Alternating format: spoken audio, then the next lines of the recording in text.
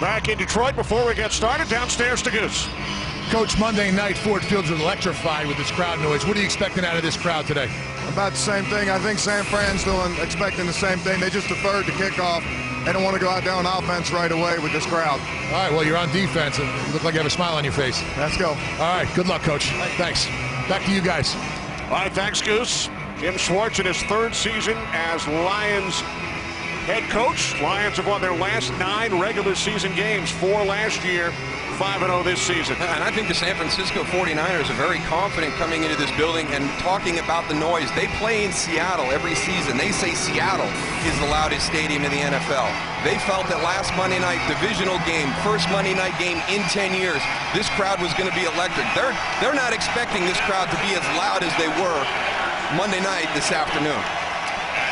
Well, Jim Schwartz broke the news. The 49ers won the toss and elected to defer, so Stephon Logan is back deep for the undefeated Lions. David Akers will get things started here in Detroit. Lions and Niners are underway.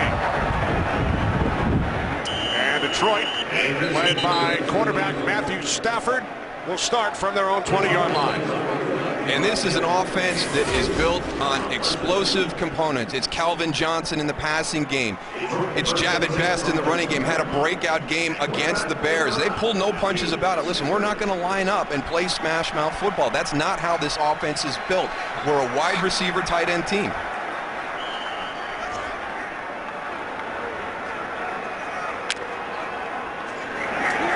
Lions coming off the 24-13 Monday night win here over the Chicago Bears. Looking to maintain their perfect record here today against San Francisco. Stafford on first down, connects with Best, but he loses 2 yards. And that huddle we saw the Lions in to start this drive, maybe one of the few we see all afternoon. They are going to go up-tempo. They're going to challenge this Niner defense. Watch Titus Young this afternoon. A lot of plays designed to him. He's a big play threat down the field. Second down and 12 on the 18-yard line as Best looks to take it to the outside. Ray McDonald right there to make the tackle. Gain of 1, 3rd and 11 coming up for Detroit. And this is a very physical defensive front, but there's not a lot of depth here, and that's why Detroit wants to go up-tempo. They want to tire these guys out, run them around the field, and the big question will be, how do you match up on the back end with Calvin Johnson? Here's Justin Smith. Isaac Sobalaga returns to the 49ers lineup this afternoon. This last week's win over Tampa Bay. 3rd down and 11. Lions must get to the 30. Stafford moving to his left. Chased by Smith. Fires downfield. Too far for Burleson. Lions go 3 and out.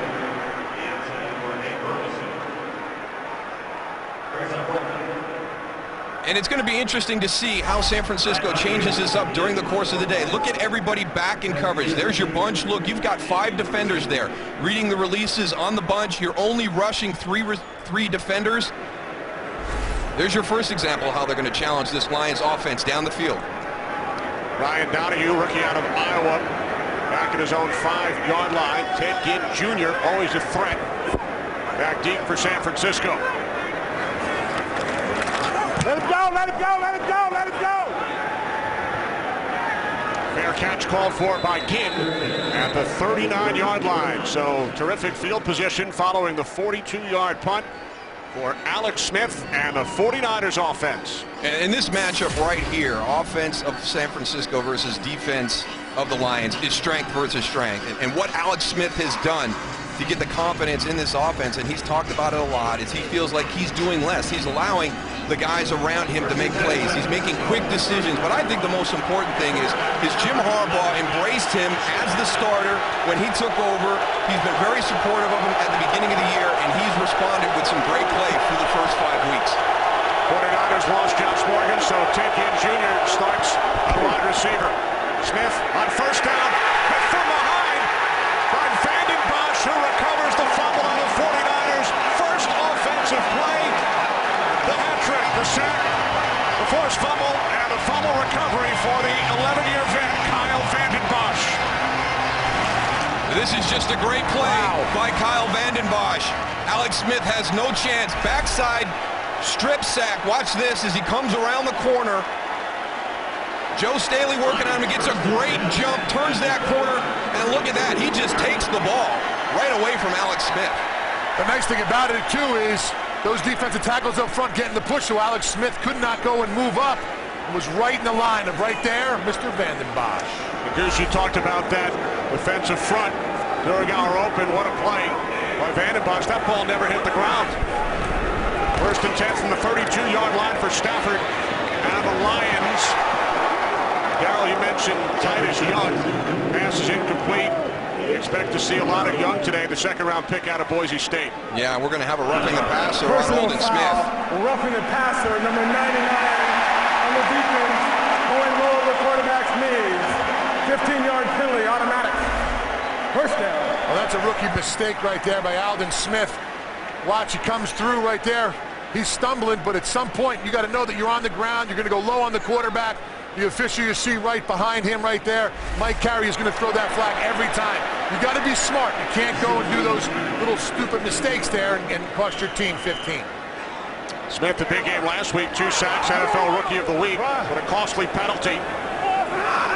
First and 10 Lions from the San Francisco 17, more flags.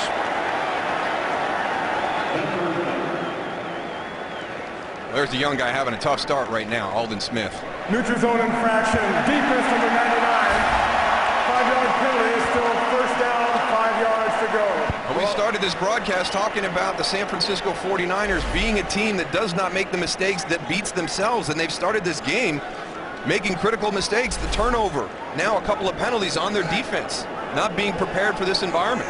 So Aldon Smith flagged twice from the 12. Stafford steps up. He's inside the 10, the 5, and finally tackled out the 3 by Deshaun Goldson, gain of 9. I don't know, Moose. Stafford better go and make sure he has that ball control. Yeah, I thought, you know what, Tony, it looked like it was going to come out right there at the end, but that's a component to Matthew Stafford's game we don't see a lot, but that was a nice run. Good decision, made it quick, got out there. Some good open field running by Matthew Stafford. Well, you're right, Darryl. Coming into this game, 5 carries this season for Stafford, no yards. He gained 9.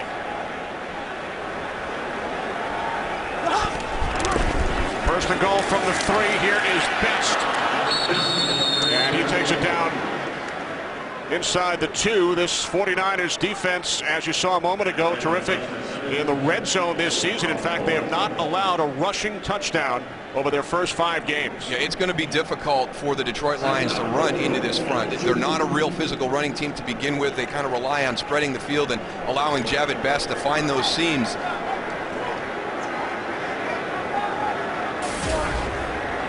Second and goal. Calvin Johnson in motion.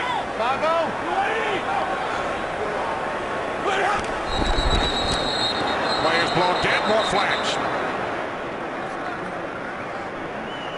Ball start. Offense number 16. 5-yard penalty and still second down. Titus Young. All those young players down, a little excited. This is a big game, Tony. Yeah, it's 4-1, 5-0. I mean, this city's been rocking since last Monday night. So, yeah, there's going to be some nerves from some of the young guys early on in the game. But as you pointed out, you can't have these mistakes. Yeah, it's fun to see this Detroit Ford Field here. All the fans are up on their feet, up, standing up, waiting for something big to happen here. Empty backfield, Goose. Second and goal from the 7. Stafford fires. And it is broken up in the end zone by Patrick Willis. Pass intended for the tight end, Brandon Pettigrew. This is just a great athletic play by Patrick Willis because he's beat on this play. Pettigrew is going to go here. He's going to do the old out and up right here in the red zone. Little shake right there. Watch it. Doesn't even get his head around. Just sticks his hand up. He knows he's in trouble. Ball's got to be coming. Let me throw my hand up there right where Brandon Pettigrew is going to reach for the catch. Punch the pocket. They teach you that all the time, Darryl. Great instincts. But in that situation, Matthew, get that ball up in the air a little bit. You got Brandon Pettigrew, big guy. The defender's got his back to the ball. Throw it up high so he can go out and get it. Now third and goal from the 7. Stafford. That time looking for Best out of the backfield. Navarro Bowman on the coverage. No flags. Lions will send out the field goal unit. And there's that red zone defense of the Niners you were talking about, Kenny. That's big right there. I mean, you come out here into this environment, you have that critical turnover, and then all of a sudden you're down the field, you think you're going to lose a touchdown, and you hold, you force the field goal. And there's a guy that they're going to have to deal with all day, Yeah, Justin Smith. And he's 60 minutes of pure football. He does not stop. That guy has an unbelievable motor. Here is 41-year-old Jason Hansen, 25-yard attempt. Hansen's kick is good. So the Lions, following the early San Francisco turnover, take a 3-0 lead. Today's game on Fox is sponsored by Southwest Airlines. Find our fares online only at southwest.com. Lions take an early 3-0 lead. Both of these teams have been terrific as far as protecting the football this season. 49ers committing only their 5th turnover of the season on their first play from scrimmage. Yeah, Alex Smith had no chance. Kyle Vanden Bosch just got a huge jump, got around Joe Staley, got the sack fumble. This will start from their own 20, hoping for better success on their second possession. What a play by Vanden Bosch. Today's game on Fox is sponsored by Bud Light, the official beer sponsor of the NFL. Here we go.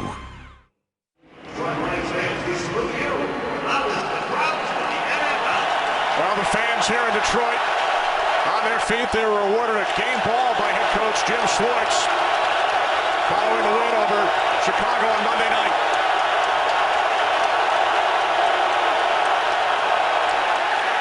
Trying to get another one right now, Kenny.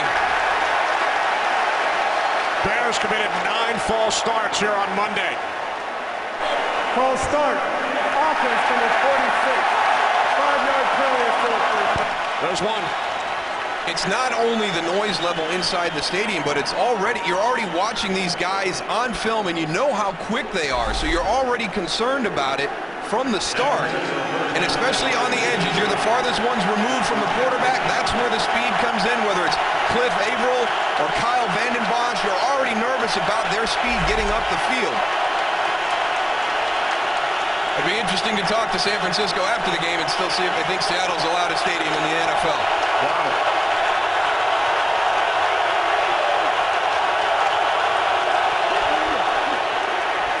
Another flag.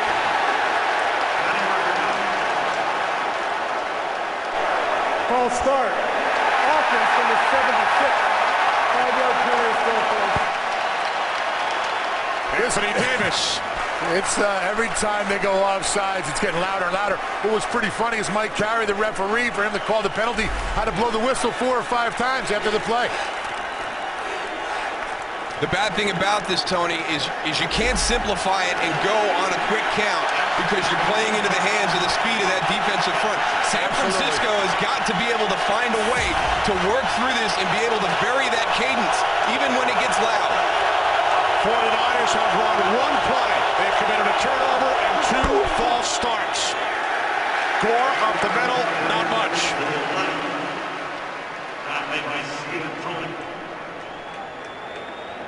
This is a group that has gotten better and better every week, and you can see the offensive line and the running backs and the receivers all starting to kind of get a feel for how this offense is starting to click. And it's the group up front that makes this thing go. I mean, last week over 200 yards rushing, 131 of those in the second half versus Tampa Bay, no sacks. They got to rise up this afternoon. Empty backfield, second down and 19. Smith's pass through the hands of Ted Ginn Jr. And Tony talked about this group at the top, the underrated Corey Williams, but they've got 4 guys behind that they're going to roll through. This offensive line of San Francisco is going to be having fresh bodies come at them all afternoon, backed up by a very strong linebacker level.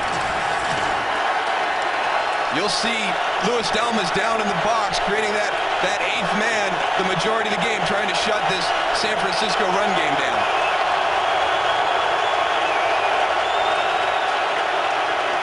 Smith on 3rd and 19, sets up the screen to Gore. Dives ahead to the 19-yard line. Gain of 8. 49ers forced to punt it away.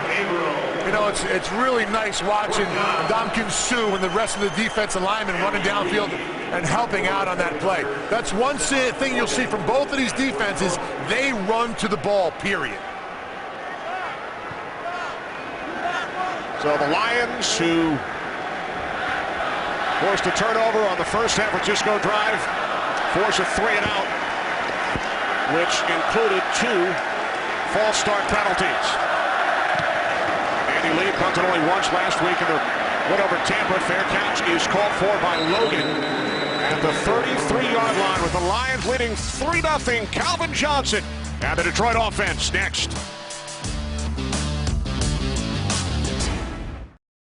Today's game is sponsored by the Ford F-150, the only truck available with EcoBoost, by Verizon 4G LTE, America's fastest, most reliable 4G network, and by Chase. Don't get shortchanged. Get your cash back with Chase Freedom.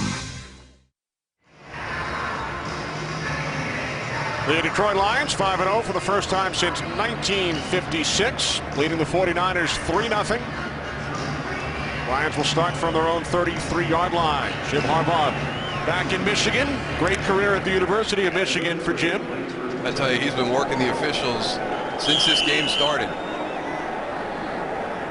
49ers have already been flagged for 4 penalties, 2 on offense, 2 on defense. We have not yet played 5 minutes. Inside handoff to Best. And we will check in with Kurt Menefee, our first game break of the day. Kurt? And our first game break of the day involves New York Giants and Buffalo Bills. Ahmad Bradshaw, 1-yard touchdown run. Gets the Giants up 7-0, but Buffalo literally just scored. Huge run by Fred Jackson. It is now 7-6 pending the extra point.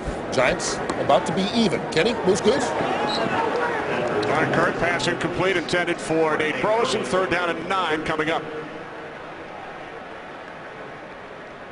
Matthew Stafford, when we sat down to talk to him, he pulled no punches about what this offense is built upon. And it really is built upon Calvin Johnson, number 81, right there in that huddle, and his big play potential down the field. He's going to draw double coverage the majority of the game. And when we were out there at practice on Friday, Titus Young was featured quite a bit during the course of the practice session. So look for him to have some opportunities on the backside of those formations and maybe a true one-on-one situation. Stafford just 1 for 5. 3rd down and 9. Pass over the middle is caught by Pettigrew, but Willis is right there. Gain of just 4. And the Lions will punt it away. Patrick Willis burst onto the scene as a rookie in the NFL, and he just continues to get better and better every year. And that's one of the areas I think he's really improved a lot in, is his coverage skills. And he's always been a great run stopper, whether he's taken on blocks at the point of attack or chasing down ball carriers around the field. But his coverage skills have really improved. NFC Defensive Player of the Week, 18 tackles against the Bucs last Sunday. 2nd punt by Donahue. In from the 14, out of bounds at the 25, 11 yards on the return. Frank Gore and the 49ers when we come back.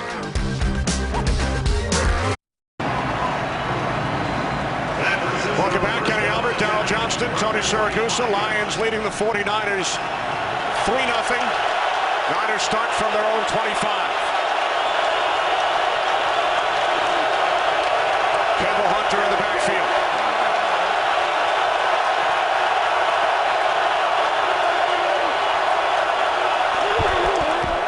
The toss to Hunter. Hunter forced out of bounds at the 24 by Louis Delmas. He loses a yard. One of the things you're going to want to try and do so you don't have to run at Ndamukong Suh and Corey Williams is try and get on those edges. And that's going to be a tough chore. I mean, they get a lot of penetration up front. All of a sudden, the running back is running a bubble, and the speed, Tony's talked about it. These guys run to the ball as well as anybody in the NFL.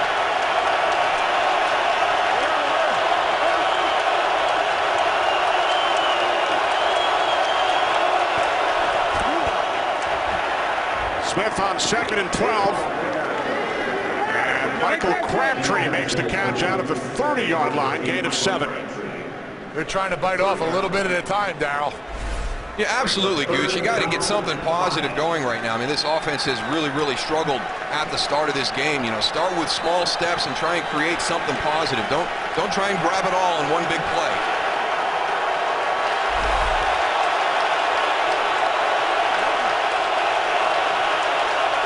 Third down and 5. More flags.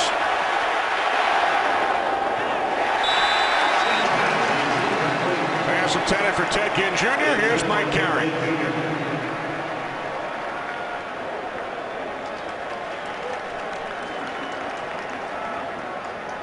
Illegal formation. Offense number 76 is declined. 4th down. And that's going to be another cause by this defensive front. Back a little bit too deep. He's got to be up here a little bit more, or he's in a legal position. And why are you doing that? Because Cliff Averill is coming off the edge at 100 miles an hour. So you're getting back. Now, you'll get warned before they throw the flag. So either Joe Staley was warned and didn't get that message across, but they don't throw that on you the first time you do it. They'll tell you to get up there. You're drifting back a little bit. Bring it up. We're going to throw a flag on you.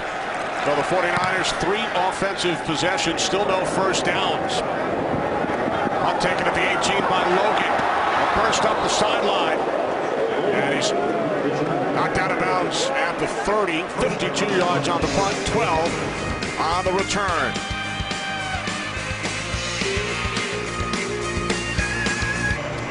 Well, Darryl, here you got the offensive line for the San Francisco 49ers trying to figure out, how do they slow down this defensive line for the Lions. They look a little confused over there for a minute. They look a little winded, too. Yeah, tired. Where you at? Hard time communicating, too, with the noise.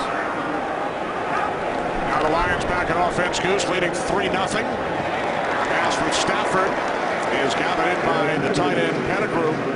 Out at the 37-yard line, gain of 6. Lions without their second-string tight end, Tony Scheffler, suffered a concussion on Monday night in the game against the Bears.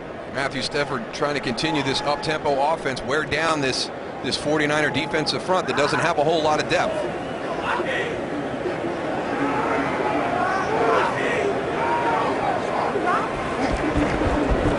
Inside handoff to Best on 2nd and 4. He picks up a first down and more. Out to midfield. Best had some huge runs on Monday night. On this one, he gains 13. And Jim Schwartz told us we've got to continue to have these explosive runs for our offense. They are built on the pass, but here's your changeup. Javid Best, the thing that he does as well as anybody in the league right now is start, stop, change the direction. Just watch him. He can plant and get going in the other direction extremely quick. 1st and 10 from midfield. First catch today, number 300 of his career for Calvin Johnson. And he leans forward, picks up another Detroit first down to the San Francisco 39. That's one guy you really don't want running in your secondary here, Dal. Even one-on-one, here he comes across the formation. You do not want to give Calvin that much room to go and catch the ball. Well, that's the other thing about Calvin Johnson. We talk about him down the field. We've seen how many great athletic catches he has going up in traffic, but right there, the ability to find his way underneath, use the other routes coming across to rub guys off and get open on the other side. From the 39, it's Pettigrew. Winner the tackle, we head to Curtin. Considering no team has ever started 1-5 and made the playoffs, this is a huge game for the Eagles. And Brent Selleck and Michael Vick making sure they get off to a good start. They lead us 7-0 right now in Washington in the first quarter. Kenny Moose and Goose. Thanks, Kurt. Philadelphia looking to end that 4-game losing streak. 2nd down and 6 for the Lions from the 35-yard line. 4 straight completions for Stafford.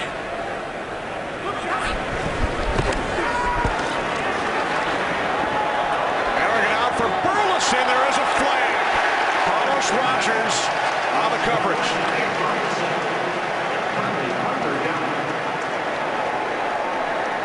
This is going to be interesting to see how much contact there was there, because it looked like Carlos Rogers got his head around to find the flight of the ball, and a lot of times like that, they let them play physical on the outside. Pass interference. Defense number 22. From the spot of the foul, automatic. First down.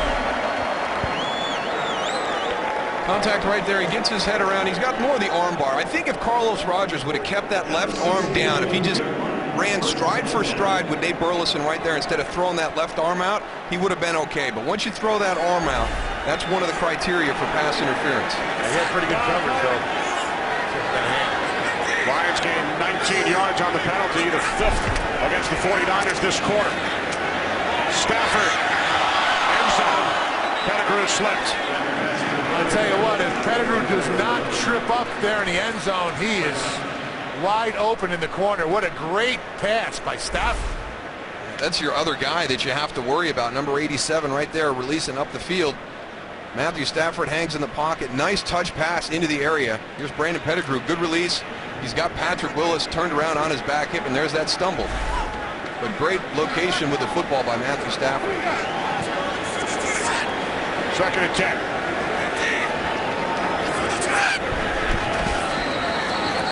And the play is blown dead. Movement prior to the snap. False start. Offense number 16, 5-yard penalty. Still 2nd down. Titus Young, his 2nd penalty today. Well, I tell you what, Titus Young may have some plays designed for him, but if he doesn't stop creating these silly little penalties down here in the red zone, he's going to find himself on the bench with somebody else on the field having his opportunities. Because really, that opening drive when they forced to settle for a field goal, that was a big penalty that he had down at the 2-yard line. You can't make mistakes in the red zone. Stafford on 2nd and 15. Again, a nice tackle by Bowman as Pettigrew makes his 4th catch of the day. So the Lions now facing a 3rd down and 10 from the 16-yard line. That defensive line for the 49ers, they don't do much rotating, I'll tell you that now. No, they don't have the numbers. Majority of the time. Justin Smith just keeps coming. Stafford on 3rd and 10, fires, end zone, and Pettigrew had the ball stripped by Willis, and it is initially ruled an incompletion. Now the officials will get together, and they will talk about it. Well, I think we're going to be taking a look at this either way, because if they say incomplete, I'm sure you'll get a challenge, and if it's a touchdown, they're going to take a look at it anyways.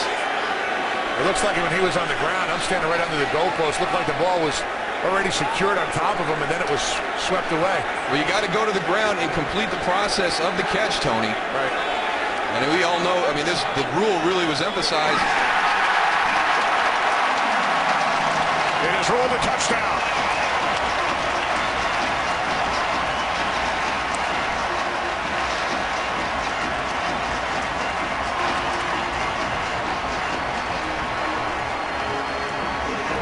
I agree with the call by the officials. Yeah, he's got possession. He's down. He's established the catch, gone to the ground with control. And then Patrick Willis will rip it out. Right there, it's a touchdown, and then Patrick Willis goes and rips it out. It's a little bit late on that.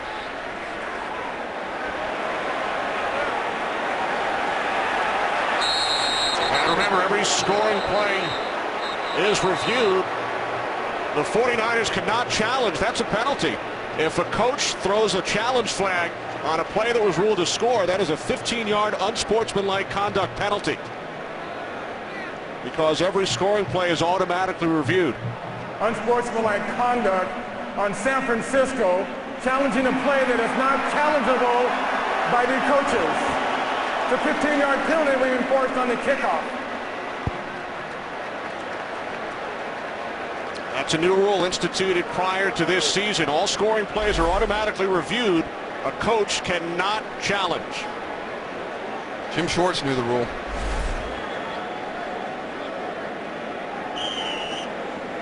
And again, you've got a lot of people working on that. You're calling upstairs Jim Harbaugh. Do we need to challenge it? Somebody should have told him right away, hey, coach, it doesn't matter. We can't challenge that play right now. It was upheld by review. It's unchallengeable.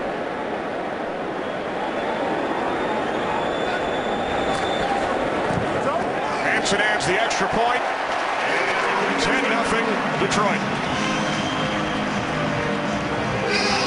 Well, we know this rule all too well because of Kelvin Johnson last year in the opener in Chicago, when what I thought everybody felt was a touchdown catch. We were introduced to going to the ground and completing the process. And this is what Brandon Pettigrew does. The ball's going to come out, but it's going to come out after he's completed the process of the catch. Goes up, competes for the ball, has possession on the ground. Now the ball is stripped by Patrick Willis. Tell you what, great catch and great protection by Patrick Willis. And he does exactly what you're supposed to do, punch the pocket. We talked about that earlier. Just doesn't get the ball out. Pettigrew does a great job of bringing it down and keeping it and getting the score. And the big thing, Tony, is they've got Brandon Pettigrew and Calvin Johnson, working that red zone. Those are two big athletic receivers that are going to create matchup problems for San Francisco when they get down there.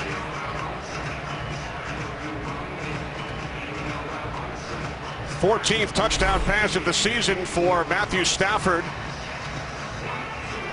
which ties Aaron Rodgers and Tom Brady for the league lead. They got to give a little credit also to the officials for calling that. We get to see it in replay and super slow-mo, but they did a great job of correcting themselves and calling that a touchdown. And a great job, Goose, by getting together and talking about it. Boris Cheek, the side judge, Kirk Dornan, the back judge, and Mike Carey. Lions kick off from the 50 following the unsportsmanlike conduct penalty. It is a touchback, so the 49ers will start from their own 20. Coming up following the Lions and the Niners, America's Game of the Week. Game 2 of our Fox doubleheader, the Dallas Cowboys and the New England Patriots. Dallas Cowboys had to sit on that heartbreaking loss to the Detroit Lions because they had their bye week last week, so we'll see how they come out and play later this afternoon. Big first quarter for Pettigrew. Now defensively, some changes up front. Lions rotate 8. There is Nick Fairley, the rookie first-round pick out of Auburn, who made his NFL debut on Monday after missing the first 4 due to a foot injury. This is Michael Crabtree, and he takes it out to the 25-yard line, gain of 5. And this offense has got to get something positive on this drive, not only for their own confidence, but they have got to give their defense a break. They have been on the field a ton here in the early part of this game. We've talked about the depth in that defensive line and the linebackers. The Lions want to go up-tempo. They want to tire them out. This offense has got to do their share by staying on the field and letting these guys catch their breath. Lions have run twice as many plays as the Niners. Second down and 5. The handoff to Frank Gore. Nice cut. And he picks up a first down. It's the first down for the 49ers. Gore out to the 39-yard line. He picks up 14.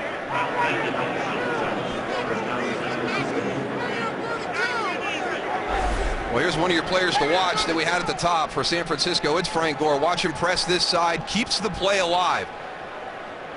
Kyle Vanden Bosch gets a little bit flat as he pursues from the backside. That allows Frank Gore to be able to get outside on the edge.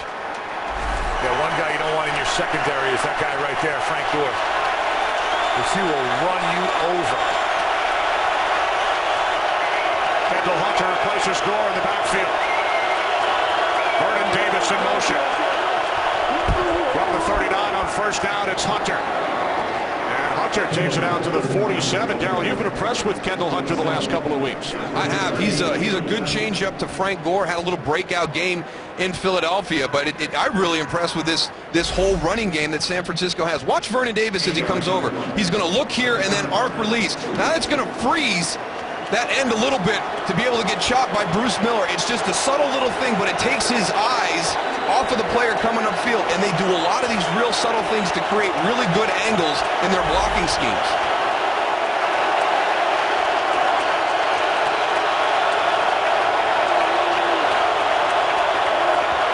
Second down and 2. More flags.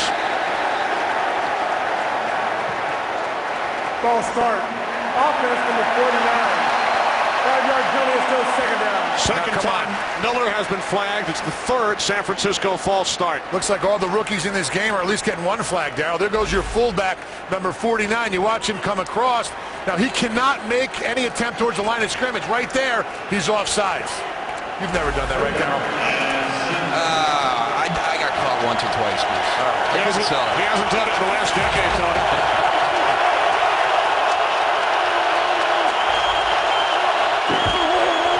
Smith on 2nd and 7. Able to get rid of it to Crabtree. 3 Lions surround him. And he's tackled at the 46-yard line after picking up 4. All right, Michael Crabtree, when you catch the ball against the Detroit Lions, you cannot stop and try and look for somewhere to go because you have everybody running after you. Just catch the ball, get north and south, get what you can. Huge third down right here for the 49ers to keep this drive going.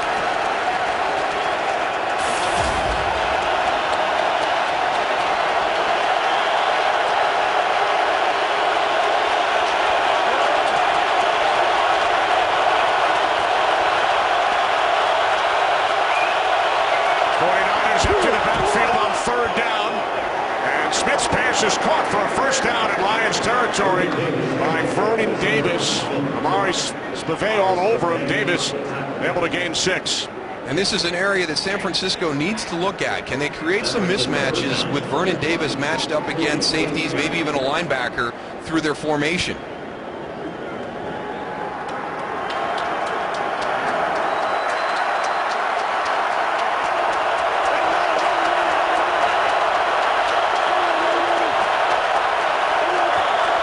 Detroit 48. Gore up the middle. First down and more.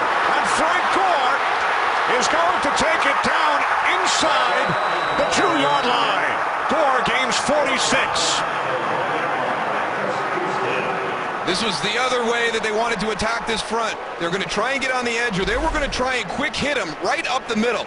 Once you get this guy down inside, you've created a big hole. Wham that guy, get your other offensive lineman right up onto the linebackers right away. It's a play we saw very successfully run against the Philadelphia Eagles, and the Detroit Lions play a similar style of that wide 9 technique that Philadelphia plays. So there's one of the plays that was effective in Philadelphia, and it hits big again here in Detroit. Sopoaga in the backfield. First and goal from the 1. And it is taken close to the goal line by Dixon. Anthony Dixon, only his 4th carry of the season. 49ers had their nose tackle Isaac Sopoaga in the backfield, which we have seen earlier this year. Time has run down in the first quarter, with the Detroit Lions leading the San Francisco 49ers 10-0. We start the second quarter in Detroit. Lions lead 10-0. Second and goal for the 49ers from inside the 1. They send in Alex Boone, number 75, as an extra blocker. There's Gunther Cunningham, defensive coordinator. Split backs, Gore and Dixon.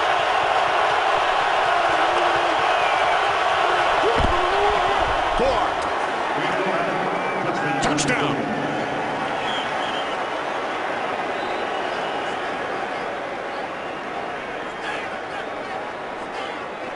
We talked about at the top how feisty, how nasty, and Ndamukong Suh, love the way he plays the game. He plays to the whistle. He plays hard, physical. But Anthony Davis is not going to put up with it either. I mean, this is going to be a battle all day long. They're going to brawl. They're going to fight. Well, what Suh can't do is let Anthony Davis take him out of the game, because he's worried about Anthony Davis rather than Frank Gore, who had the ball. We talked about it at the top. We went through the lineups. This is strength versus strength. When it's San Francisco's offensive line versus Detroit's defensive line, it is going to be fun to watch all afternoon. Akers adds the extra point. 4th touchdown of the season. Frank Gore, 49ers, pull to within 3. Today's game is sponsored by Chevrolet and their award-winning cars, trucks, and crossovers. By the Miller Lite aluminum pint, 4 more ounces of that great Pilsner taste. And by DirecTV. If you call yourself a sports fan, you gotta get DirecTV. Back in Detroit, Frank Gore needs some oxygen after that 47-yard run, longest of the season for Gore on the Niners. A great job against Philadelphia. A great job last week against Tampa Bay. Fought a little bit of an ankle injury there in Cincinnati. He's the key to this offense. I mean, they have got to be able to establish a running game, and I think they really got a great benefit with Kendall Hunter getting some quality snaps in that Philadelphia game to show them that they've got another guy that they can use to keep Frank not only healthy into the 4th quarter, but into the latter part of the season.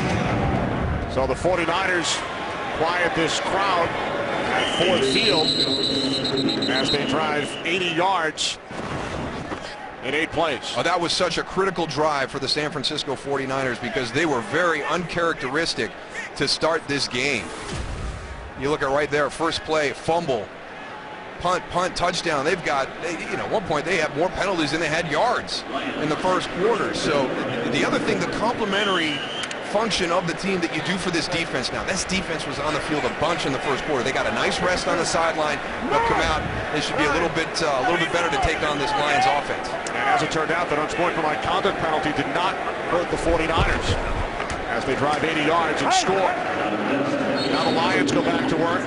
Best gains a couple. Justin Smith made the tackle. You know, Darryl, we're seeing a lot of shotgun with Stafford and Javid Best back there, and they're trying to run the ball with Javid Best only at really 4 or 5 yards. I'd love for you to go and tell everybody, how hard is it for Javid Best to actually get some vision downfield and be able to go and run the ball only that short of a distance from the line of scrimmage? Now Stafford throws on 2nd and 8, complete to Burleson for a gain of 4. Anybody that can run single back run, I'm impressed with. Running single back run, I think, is hard. But now you talk about single back shotgun run, and they have to do that, Tony, because this offense is based on shotgun.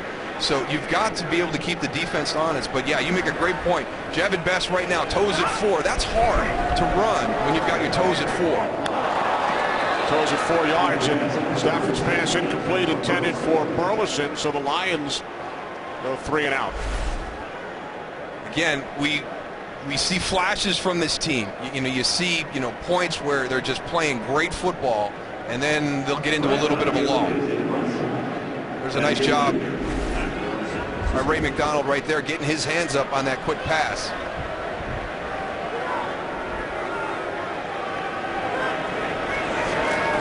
Now he's punting from his own 15-yard line. That's a great punt. Angled towards the sideline. Keeps it out of the hands of Ted Ginn Jr. Out of bounds at the 31. 44-yard punt by Donahue. No return. 49ers down by just 3. Maurice Scoble showing off them biceps. Matthew Stafford chatting with offensive coordinator Scott Linehan. 49ers offense back out on the field. 1st and 10 from their own 31-yard line. Kendall Hunter in the backfield. Inside handoff to Hunter. Gain of 2 out to the 34-yard line for the 49ers. Started last season 0-5. You take a look at the point differential turnover ratio during that 0-5 stretch to start 2010. 4-1 this season. And you look at the turnover ratio. That's the biggest difference right there. That's going to lead to all those other categories. You're talking about -10 to +10. That's a difference of 20. That's a huge change from one season to the next. The first 4-1 start since 2002. That was also the 49ers' last winning season and their last playoff appearance. Pass by Smith, bounces away from Gore. 3rd and 7 coming up. Got to make those catches. You just got to keep getting positive yards.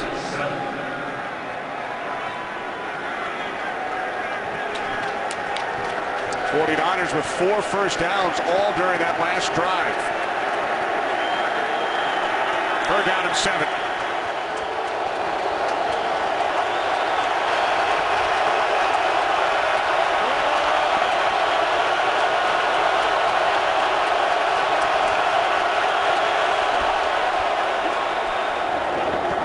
Smith to the outside. Catch is made by Crabtree. Chris Houston made the tackle. It will depend on the spot. Looks to be a yard shy. And the 49ers will punt for the 3rd time today.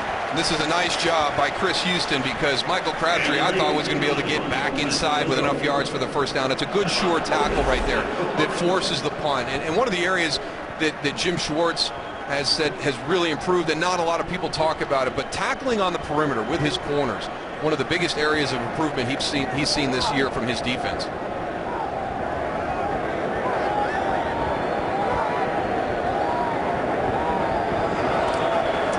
Punting from his own 30-yard line.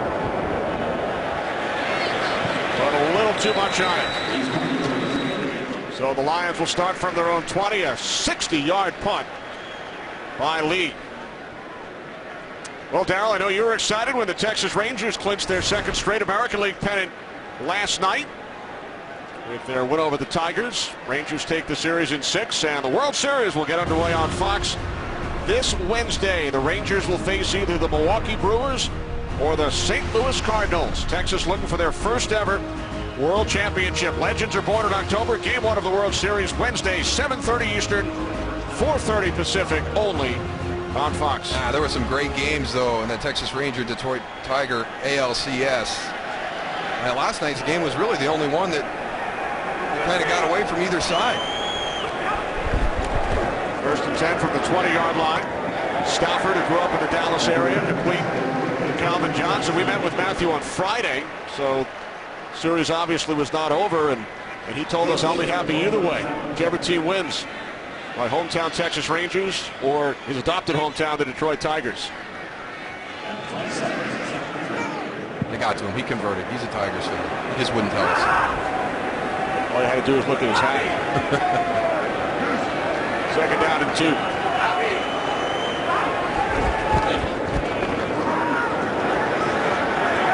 Maurice Morris stopped a yard shy as we check in once again with Kurt.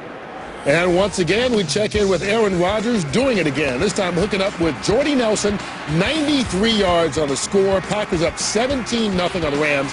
That game in the second quarter. Kenny Moose and Goose. Rodgers, 16 touchdown passes, only 2 interceptions all season long. And the Packers and Lions. Wild uniforms. On a collision course. Like those, Goose? Different. Really. A lot of them, though. Throwbacks, third down and 2, and Stafford down back at the 21-yard line off the pressure from Ahmad Brooks. And I saw Javid Best's reaction. I'm not sure if this was his man in protection, but you're going to watch him. He's going to release out here, and Ahmad Brooks is clean right to the quarterback. So I don't know whether it was designed, hey, we're going to let that guy go, and then we're going to go throw hot off of him, get me out, on the edge. But Ahmad Brooks does a good job of getting in there, effecting the throw, so Matthew Stafford has no choice but to get down. Second sack of the season for Brooks. Donahue punting from his own 11. And a fair catch is called for at the 39 by Ted Ginn Jr. Good field position for the Niners. 40-yard punt. Lions lead by 3.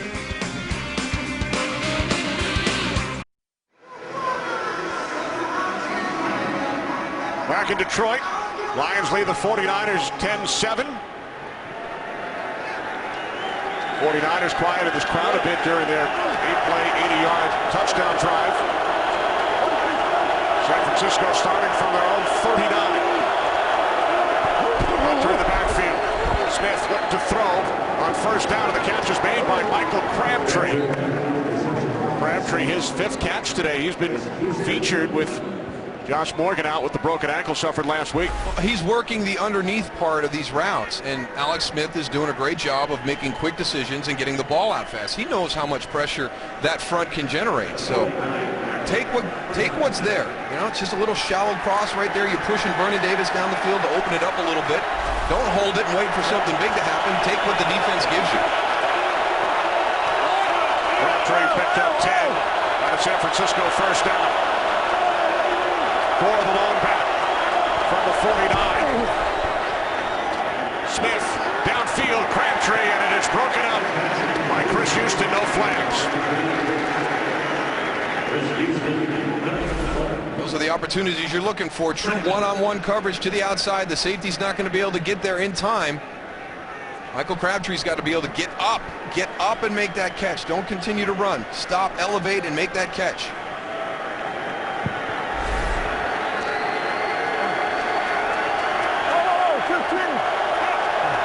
Second and 10, 2 tight ends.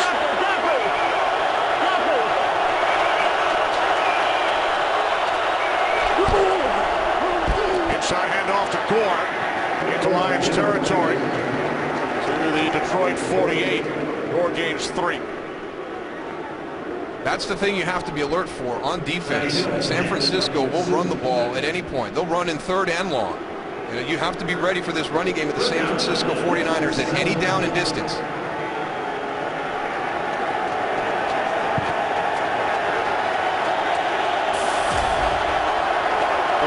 7.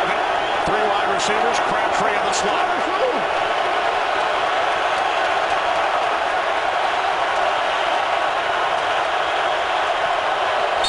And the play is blown down. False start. Offense number 74. 5-yard penalty is still third down. That's the left tackle, Joe Staley. Grew up about 2 hours from Detroit, Grand Rapids. 4th San Francisco false start. Well, you've got the pressure coming into your face and everything, so that makes it even harder. You got the crowd noise. You're out there at left tackle. 3 guys running straight at you. Jim Harbaugh felt like somebody else moved. 3rd down and 12.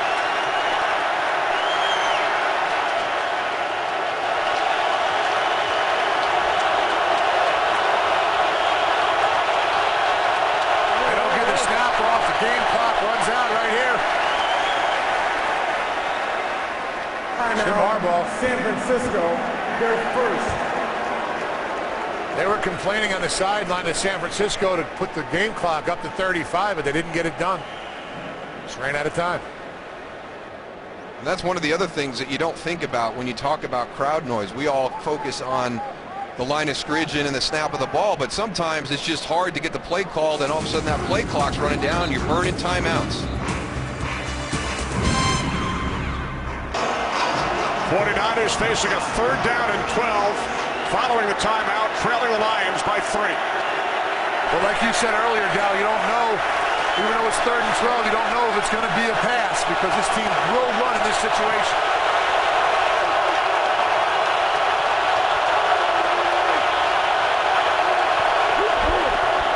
This time Smith looking to throw, rolling to his right. He escapes. And then is forced out of bounds at the 49-yard line. Well, here's one of the things that will really help you when you've got such an aggressive front. Move the pocket. Come out here, get out to the outside. Watch Frank Gore 21 come backside. Chop down Kyle Vanden Bosch. You're moving the pocket. Bruce Miller's got to do a better job on Cliff Averill. But now the problem is it's just a 2-man route. So when you can rush 4 and drop 7, it's going to be hard to find one of those 2 guys open with 7 guys covering. A good thing he didn't throw it to Michael Crabtree because it looked like he stepped out of bounds there. Lee punting for the 4th time.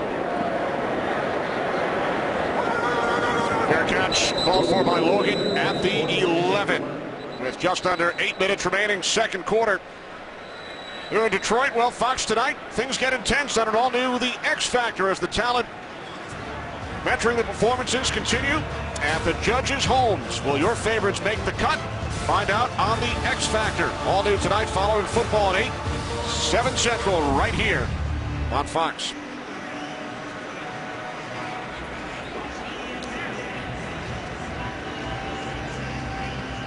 On field for the Lions. They start from their own 11. Lions led 10-0 after 1. 49ers scored on the first play of the 2nd quarter. Tight end Will Heller in as the fullback. As Stafford was looking for Calvin Johnson, did a 360. Terrell Brown on the coverage. Quite a bit of confidence with this 49ers defense. You know, we haven't seen anything really special done to Calvin Johnson on the outside. It's Terrell Brown. You're going to have a little bit of safety help here over the top, but that's one of those situations that you've seen Matthew Stafford and Calvin Johnson do a great job. That little back shoulder throw in that situation where it's a true one-on-one. Johnson with only 2 catches so far today.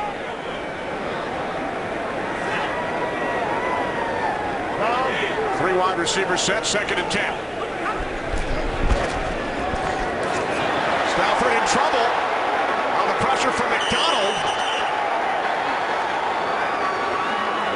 49ers wanted a safety as Justin Smith brings it back, but the question is, who's been ruled a safety? It is. So Stafford tackled in the end zone by McDonald for a safety. Ray McDonald up on the inside. On the field is a sack in the end zone for a safety. Looked like Aldon Smith got a piece of Stafford, and then McDonald finishes him off.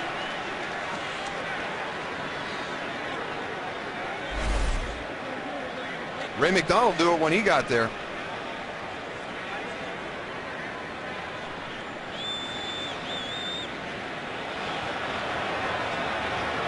Well, if it wasn't a sack in the end zone, it had to be a... there was no one in the vicinity when they threw the ball out, so it would be intentional grounding. Ray McDonald here, Alden Smith here on your pressure. So Mike Carey checking his pager. Scoring plays, as we mentioned earlier, are all reviewed. That might be intentional grounding in the end zone, if anything. He wasn't in the grass, so, yeah. You know, he didn't get that beyond the line of scrimmage. Smart job by the 49ers defense, though, going after the ball, picking it up, and bringing it into the end zone. Because you never know what the call could be. You're right, Goose. Finish the play. So the Lions' lead has been cut to 1.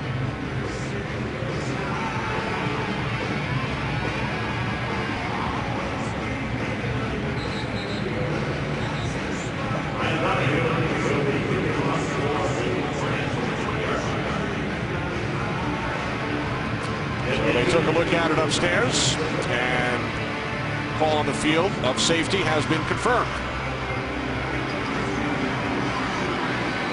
I'll tell you, San Francisco has done a great job weathering the storm here at the beginning of this game. This stadium was electric. The Lions came out flying, and they're in that lull right now. They're in that time where things just don't click for them. They've had them in every game this season. Detroit, their first, a 30-second timeout. So the Lions use a timeout prior to the free kick. Yeah.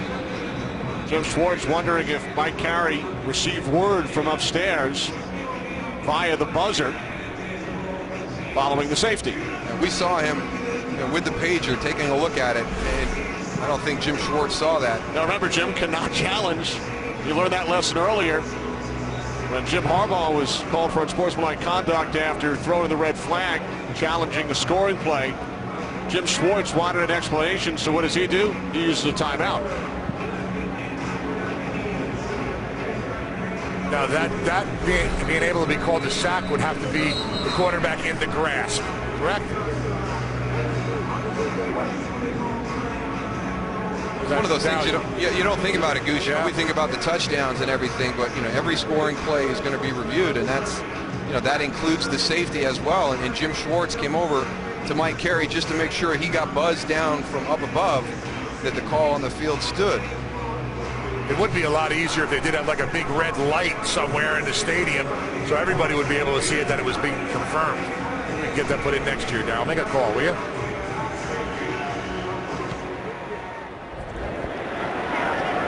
Now the free kick taken at the 20 by Ted Ginn Jr. He's out across the 40. Takes it into Lions territory. So a big return by Ted Ginn Jr. of 32 yards. And just to clean up the last play, the safety and the booth review, we'll bring in our NFL rules analyst, Mike Pereira. Mike, what did you see? Hey, there's only one thing that was reviewable on that play was the position of the ball. The grasp and control, that's progress, not reviewable. And the ball was in the end zone. It had broken the plane going in before he flicked it and tried to throw it forward. So that's the only thing they could look at upstairs, and he could look at it and confirm it. That's just like a touchdown. It's automatically reviewable by the replay official, and that's what he did. Thanks, Mike. And we saw Mike Carey as he checked his buzzer, received word from upstairs. It's now a one-point game as Smith and the 49ers start from the Lions 48.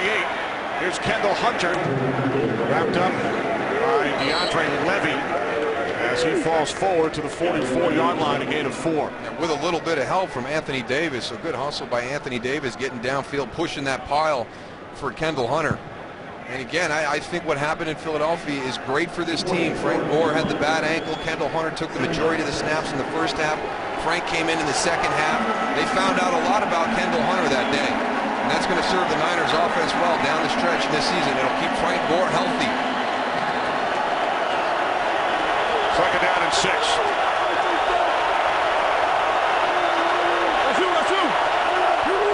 With Sopalaga and Snyder in the backfield.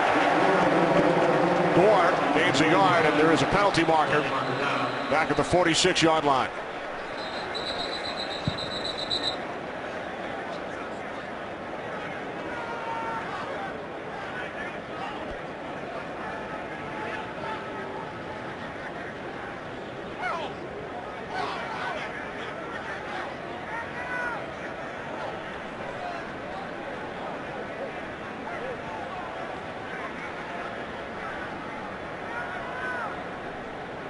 Both sides. Neither one of these lines are going to back down from each other. Detroit's defensive line, San Francisco's offensive line, No all way. nasty.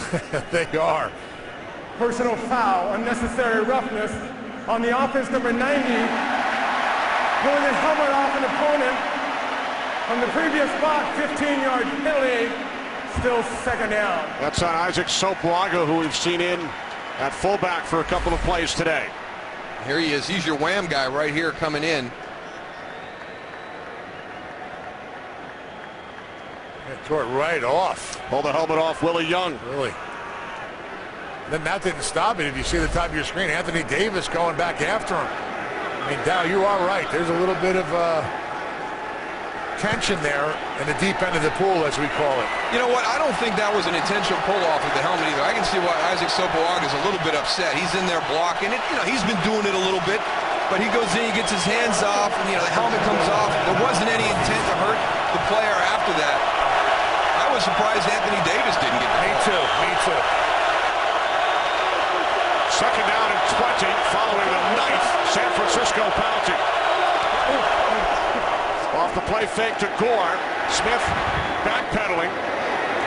And he connects with Delaney Walker, who's tackled at the 47-yard line by DeAndre Levy after picking up 5. We talk about that defensive line running back on that screen. It's imperative that you turn and run after you rush the passer like that. Corey Williams, we talk about him a lot, did a great job of getting back there and helping out on the tackle. You think that one of the ways you can attack this aggressive front, Tony, is by throwing those screens, but they do such a great job of retracing and getting after that ball.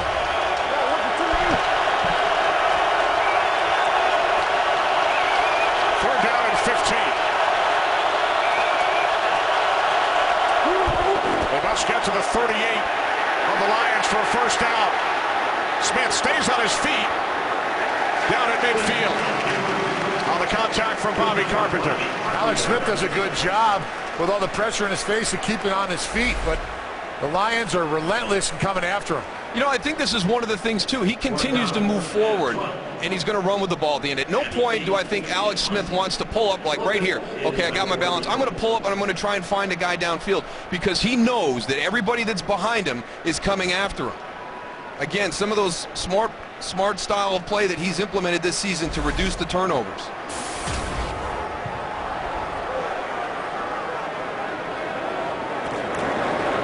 Lead punting for the 5th time.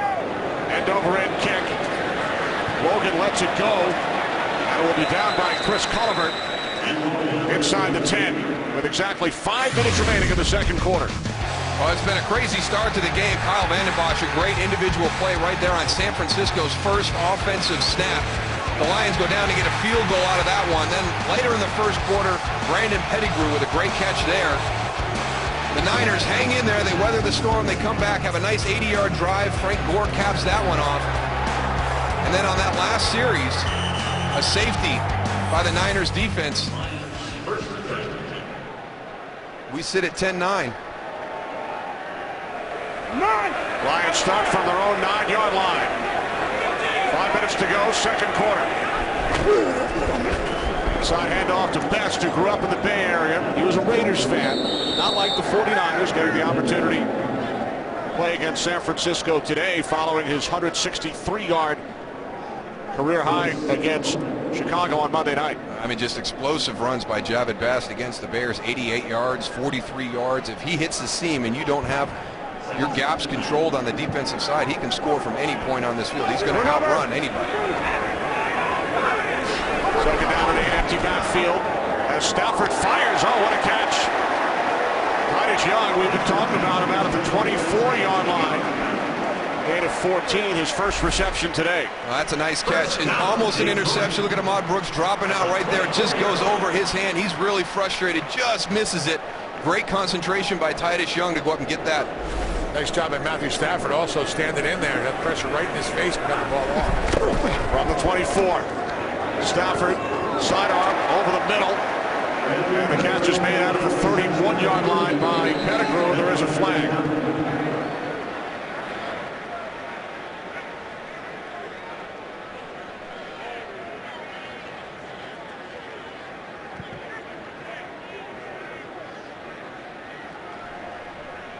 Holding, defense number 53. 5-yard penalty from the previous spot, automatic. First down. That's on Navarro Bowman, the 10th San Francisco penalty.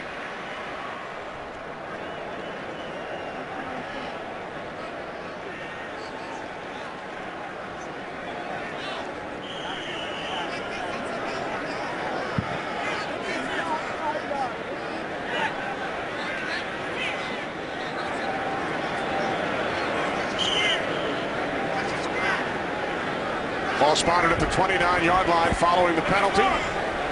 New set of downs for the Lions. Inside handoff to Best. Out across the 36. Almost got going on that one right there, Darryl. A little short trap inside with Detroit waiting for that San Francisco 49ers defensive line to get upfield. A little short trap to the left-hand side. Javid Best almost closed out. Second down and 3. Stafford with time, and the catch is made by the tight end Heller. Will Heller picks up a first down to the 45, his 3rd catch of the season. Matthew Stafford doing a good job on this drive right now, moving the ball around, getting everybody involved. We've seen Will Heller, Titus Young on this one. You get your concentration and your focus on Calvin Johnson down here. You've got to work your other players.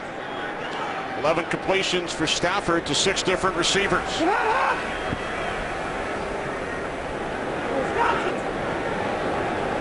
Come on, guys. Come on.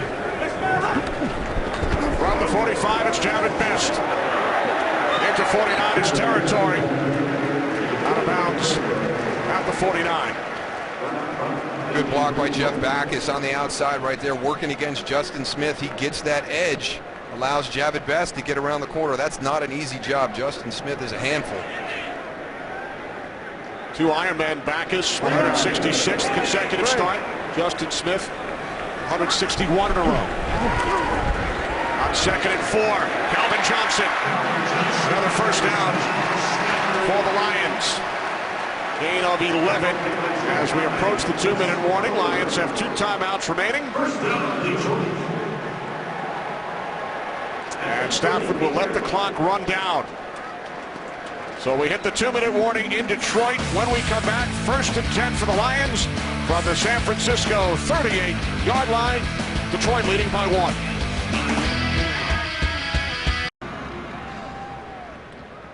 Five 5-0 Lions lead the 4-1 49ers, 10-9. 1st and 10 for Detroit from the San Francisco 38. Empty backfield for the Lions. Stafford on first down, complete to Best. Takes it down to the 23-yard line, 15-yard pickup. Nice job by Matthew Stafford, seeing a mismatch right there. They had a linebacker out on Javid Best in space, one-on-one. He's too quick.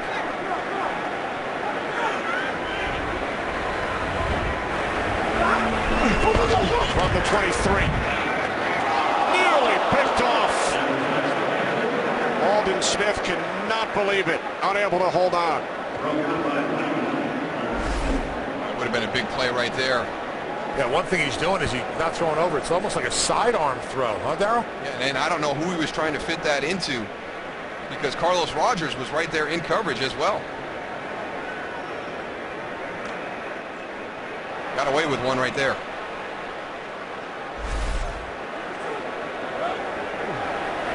Second and 10, Calvin Johnson, bottom of your screen, split wide to the right. Off the fake handoff to Best. Stafford looking, now he throws, there's a flag as the catch is made by Burleson at the San Francisco 8.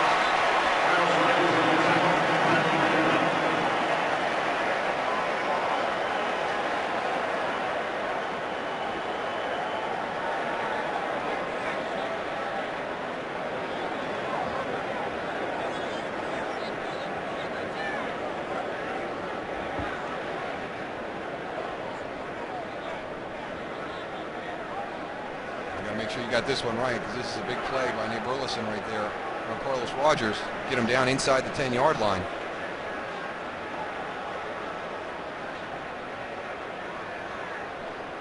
chop block, personal foul, 87, went low on another player, had him high, 15-yard penalty, still third down. Second down. When you are engaged, you can't go down low. I don't think Gosder Charles was engaged. He's got Navarro Bowman there. He's moving out. What he did is he kind of gave him a shot, but he's moving out to get Navarro Bowman and makes contact with Ahmad Brooks. I don't think he was engaged with Ahmad Brooks on that play. When they huddled together, I thought they were going to pick the flag up. Scoop 53, scoop 53, watch the game. Now the Lions backed up to the 38. Second down at 25. Off the play fake. Here is Best. Out of the backfield, chased down by Bowman. At the 31-yard line, gain of 7. Good hustle by Navarro Bowman. Javid Best crosses the formation. He gets into protection. It's not necessarily a screen, but you're just sneaking him out the back door, trying to create some open space by him. Navarro Bowman hopefully gets caught up in all that junk as he crosses the field with him. So good job of his finding his way across that field. Under. Now third down and 17. Stafford's pass is caught, but Dante Whitner was right there to make the tackle on Pettigrew. Great recognition. Trust your instincts on that one. You're going to be able to find the offensive lineman.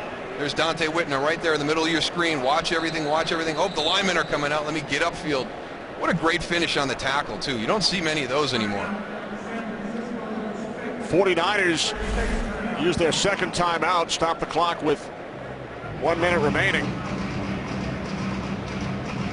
as the Lions send out the field goal unit, leading by 1.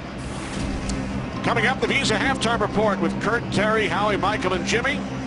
Giants taking on the Bills. Steelers all over the Jaguars. They'll have highlights, and the Fox Sports ticker will bring you all the latest stats. Visa halftime report coming up next. Terrific feature on these teams, these young head coaches, on our pregame show. Jim Schwartz and Jim Harbaugh. Yeah, a lot of discussion in the pregame show about this game. Jimmy Johnson had some interesting comments about them, and Howie Long, I liked his statement. Can San Francisco take that punch in the mouth? Detroit's going to come out and slug him, and they did that. They came out and they slugged San Francisco, and guess what? They took that punch, and they've hung in there. They've made some plays here in the second quarter. This will be a 52-yard attempt. Hansen is 3 for 3 from 50-plus this year. He's the NFL's all-time leader with 48 successful field goals from 50 or more yards out. So Hansen from 52, and this one is wide to the right. San Francisco is going to get a good spot on this now because it goes from the spot of the kick.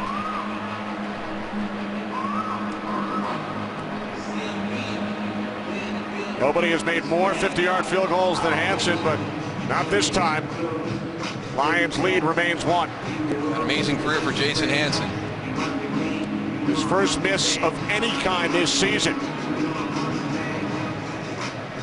He had been 19 for 19 on extra points, 12 of 12 on field goals.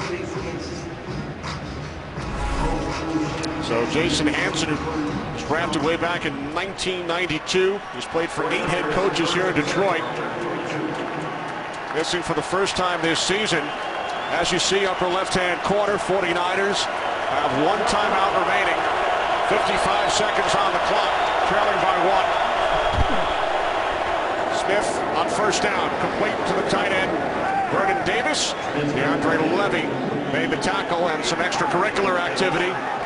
Cliff Averill and Anthony Davis. They have been battling all day. Anthony Davis has been mixing it up since the start of this game. Michael Crabtree did this earlier in the game, and Vernon Davis does it there. Catch the ball and get north and south against his defense. They're all coming after you. Under a half minute remaining. Smith fires, and the catch is made by Ted Ginn Jr. Mars LeVay made the tackle at the Lions 39, 18-yard pass play. 10 seconds remaining. As Smith will Stop the clock. There is a flag. 8 seconds remaining. As the officials once again conference. We're inside 10 seconds, Kenny.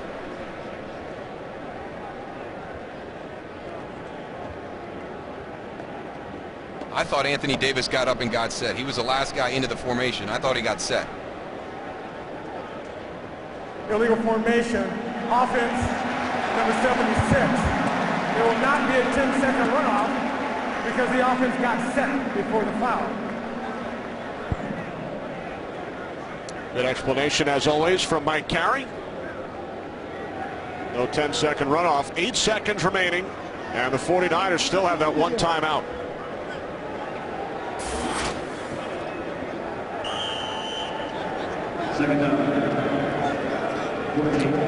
So 11 San Francisco penalties. That is the 7th called against their offense.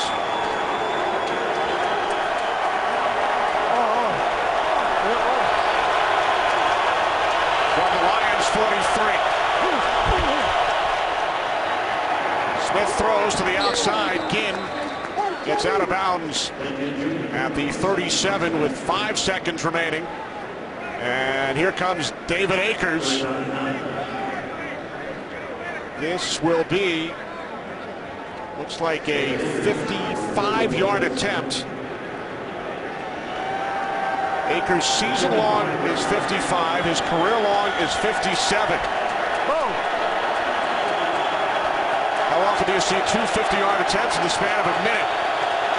From the right hash, Akers from 55 yards out. Will it have the distance? It does. David Akers on the final play of the first half, connecting from 55 yards out, matching his season long. And the San Francisco 49ers take a 12-10 lead. Remember, the Lions have trailed at the half in each of their last 3 games.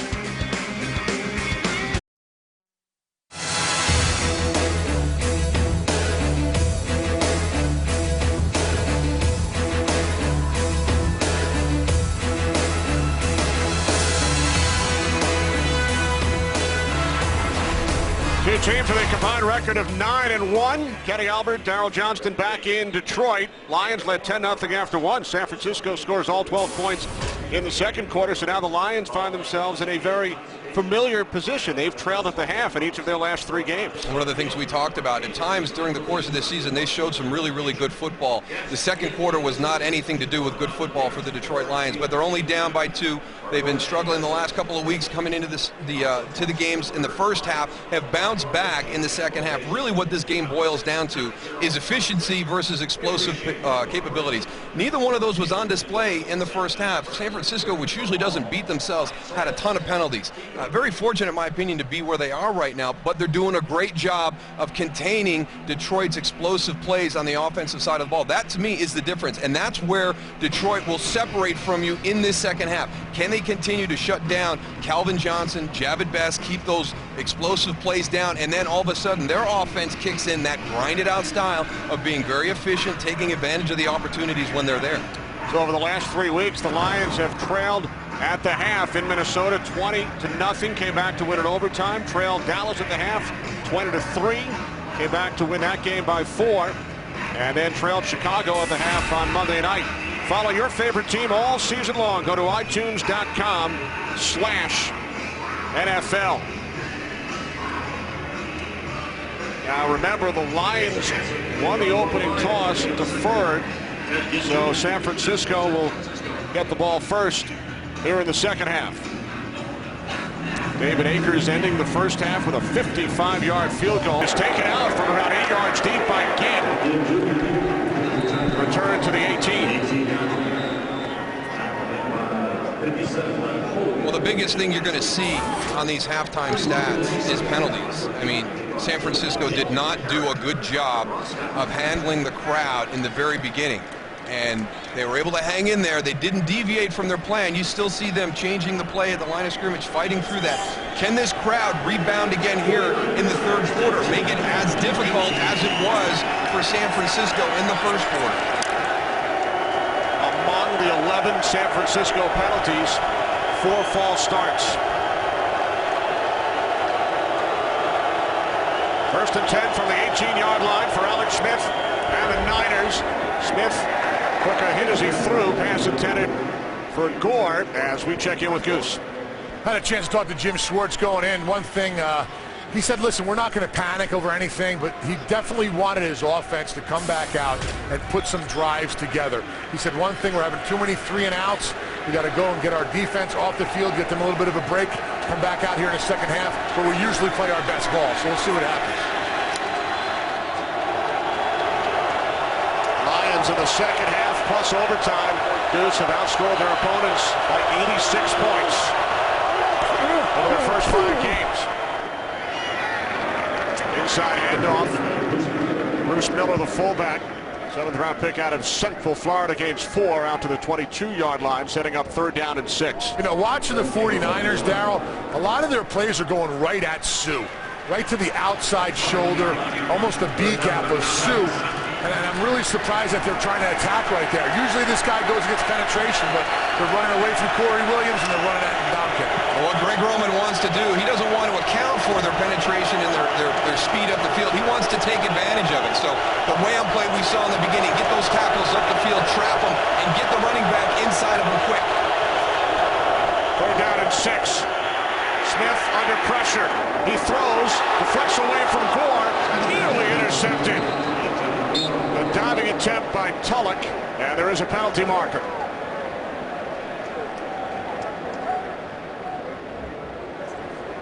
Holding. Offense number 68 is declined. 4th down. Adam Snyder, the guilty Niner. Penalty is declined. 49ers will punt. Well, Snyder does a good job right here, is setting. But then he, watch here at the end. No, I really didn't see much, huh? No, what he expected, Tony, he expected the ball to be out. So, again, Ndamukong Suh is going to play to the whistle. And you have to play to the whistle. And what he did is he played till he thought the ball was out, and it wasn't. Little change up in the punt protection here by the Niners. Yeah, good spread. Lee punting from his own 12. Comes to Logan at the 28. Logan takes it up the middle, out across the 40, 13 yards on the return. 52-yard punt. Good field position for Matthew Stafford and the Lions. Detroit Lions took a 10-0 lead in the first quarter. They now trail 12-10. Calvin Johnson came into this game with 9 touchdown receptions over the first 5 games. With 3 catches so far today. Tight ends for the Lions. They start from their own 40 to hand off to Best. From the middle, gain of 1. Let's see home in the tackle. Goose. Let's see what Detroit does here right now. They're still staying in the no huddle, the kind of the hurry up mode. I'm not a fan of this. I think their plan is good. They want to challenge the depth of San Francisco, but I mean, right now, it's not like you're really pressing them. There's time to recover for the defense. I'd come out and try something different here in the 3rd quarter. Let's huddle up and run plays. Stafford on 2nd and 8, just able to get rid of it, and Best with a big gain into 49ers territory. Down to the San Francisco 38 as Jamin Best gains 21. Matthew Stafford does a nice job hanging in there. There's Javid Best in the slot. Hangs in there long enough with Patrick Willis coming in his face to get it to him. Then it's just bad angles by the 49ers. They've got 2 players around Javid Best. They both take bad angles. He's able to elude both of them and extend the play.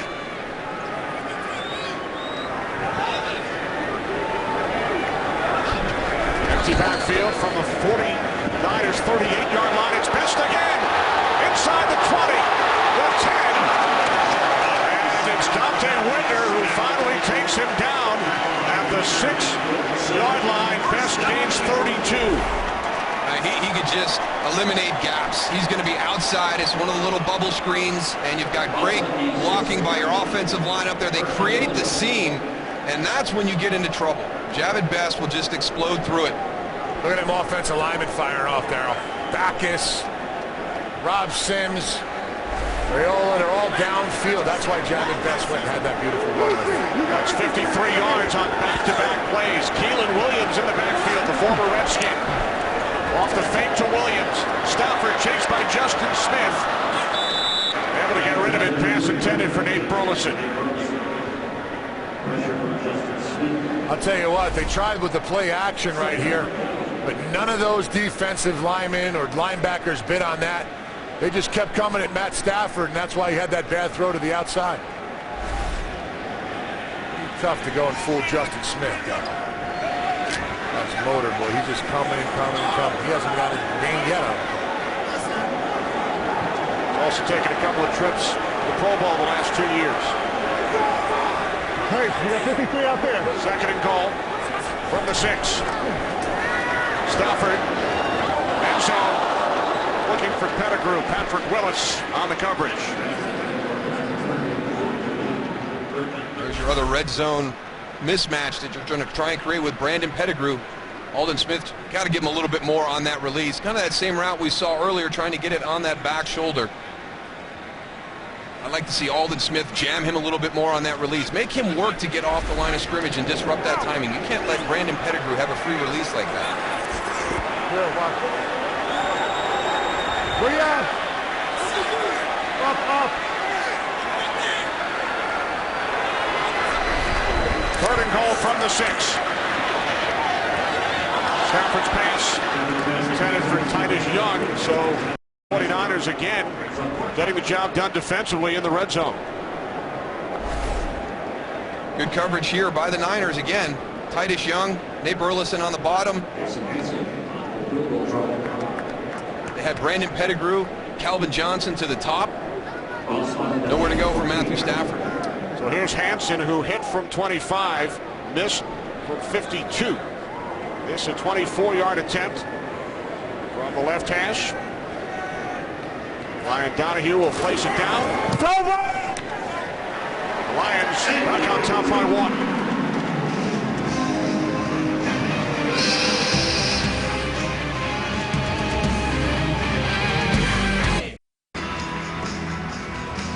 Jason Hansen, the only Detroit Lion remaining from their last playoff team back in 1999. His second field goal has given the Lions a 1-point lead. He's had a fantastic career here for the Detroit Lions. Last week, 300 games for a single franchise. First in history to play in 300 games with one team. Today, number 301. That's about twice as many as I played. That's unbelievable.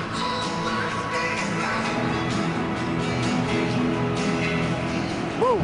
But you played in as many Pro Bowls as Jason did. Takes it out once again. He almost stepped out of bounds at the 2. Very close. Brings it back out to the 20.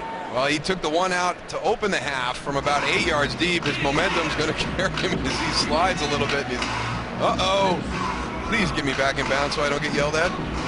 Slipping and sliding. Well, coming up this Wednesday, it's game 1 of the World Series. The Texas Rangers will take on the winner of the National League Championship Series between the Milwaukee Brewers and the St. Louis Cardinals. It all gets underway 7:30 Eastern, 4:30 Pacific this Wednesday on Fox with Joe Buck and Tim McCarter. Well, have you bought your son Aiden and Nelson Cruz jersey yet? I'm working on it. What a heck of a series he had. 6 home runs in the American League Championship Series, and how about that play by the San Francisco native Eric Wright on Frank Gore? He almost caught that ball coming on. He recognized this play and just took off. Frank Gore lines up out here on the left-hand side. Eric Wright, man, identified that right away. Alex Smith, I'm surprised he threw that ball. Loss of 3 on the play, Goose. Now second down and 13.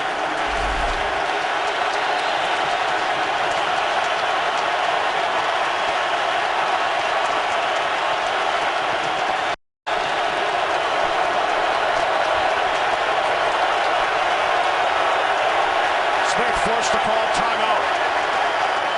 Timeout. San Francisco, they're first. I still think that was more of a concern for Alex Smith, was getting the plays called and getting up to the line of scrimmage, not impacted by that play clock.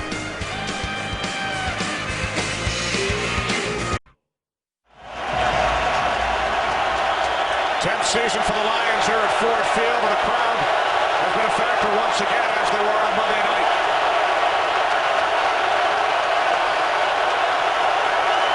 Second down and 13 following the San Francisco timeout. More flags.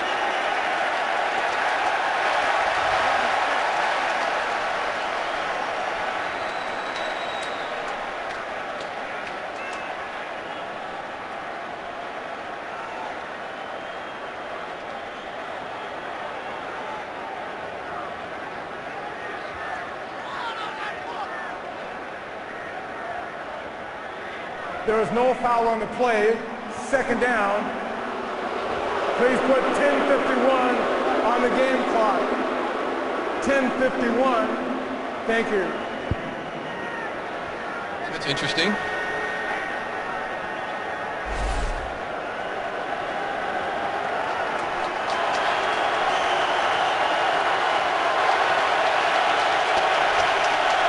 Play was blown dead. Officials got together. Pick up the flag. Second down and 13 again.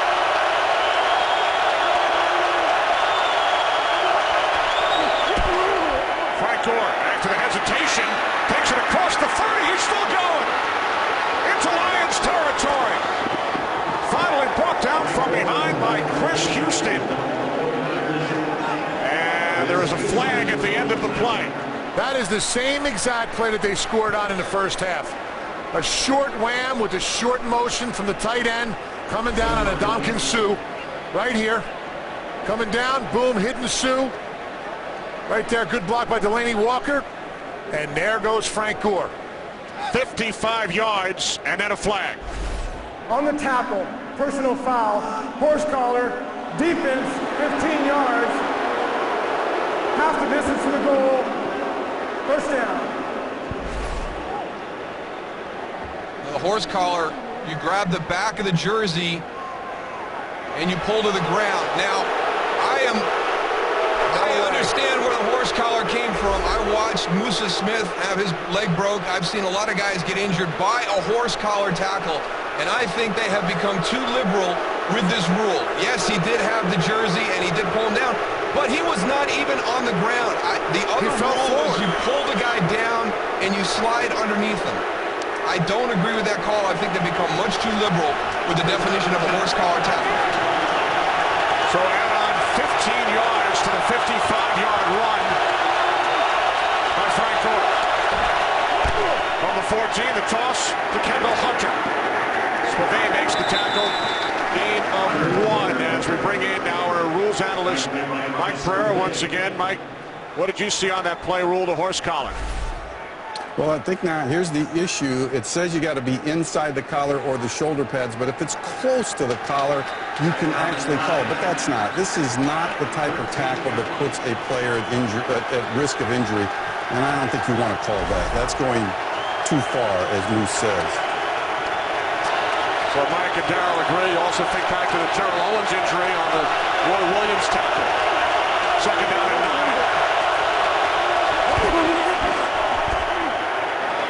Smith to Crabtree. Michael Crabtree. I think he had a great effort to get that in for a touchdown. Did he break the plane before? Now it's called incomplete. Remember, there is no more force out rule. You got 1 foot down. You got the same foot down twice, I think, Kenny. That was a good call. I'm thinking touchdown. They've got incomplete. So the officials got together and it is ruled an incomplete pass. Not get both feet in. If you get the same foot down twice, does not matter. Let's get both feet down in bounds. Now third down and 9. From the Detroit 13.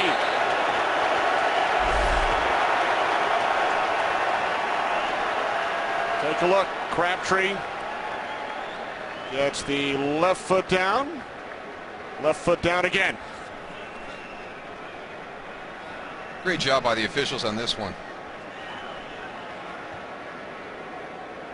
The ruling on the field is an incomplete pass. It's being challenged by San Francisco. So Jim Harbaugh challenging the play, but this will not be ruled a legal catch by Crabtree. Got the left foot down twice. Right foot never came down in bounds.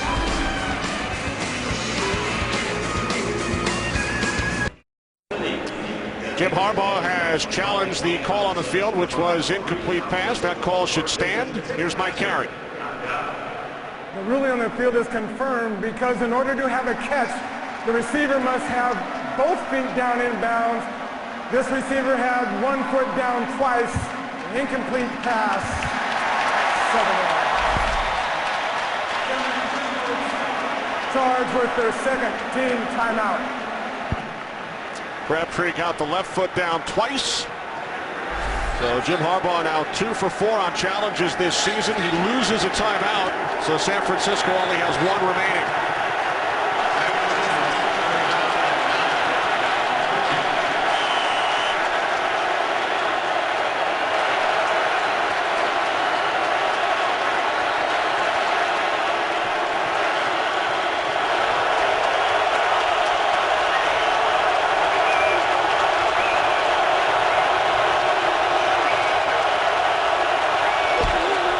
Third down and 9. Smith throws. End zone. I don't think that's going to be a catch either. Nope. Delaney Walker bobbled it and did not come down in bounds. What a huge missed opportunity right here.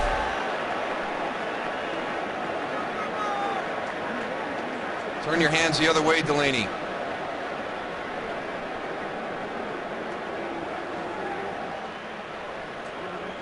So your palms are up.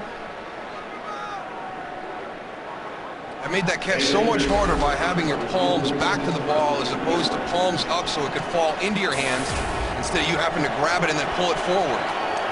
So here's David Akers, hit from 55 on the final play of the first half from the left hash, a 21-yard attempt. Akers' kick is good, and the 49ers go back on top by 2. We'll get coverage of every NFL game on NFL Mobile. Call ** NFL now. David changing his cleats prior to the kickoff. I never saw that before. Never knew you had a field goal shoe and a kickoff shoe. We talked about Jason Hansen and his longevity. David Akers, one of the best over the last decade. The Philadelphia Eagles' all-time leading scorer. Great pickup by San Francisco. Another strong leg. You know, he's getting a little bit older with his career here in the NFL, but still got a strong leg. We saw that evidence at the end of the first half. Akers has been to 5 Pro Bowls. He has given the 49ers a 2-point lead. Lions led 10-0 after 1. San Francisco took a 12-10 lead at halftime. Hansen and Akers have exchanged field goals here in the third quarter, so it's now 15-13 San Francisco.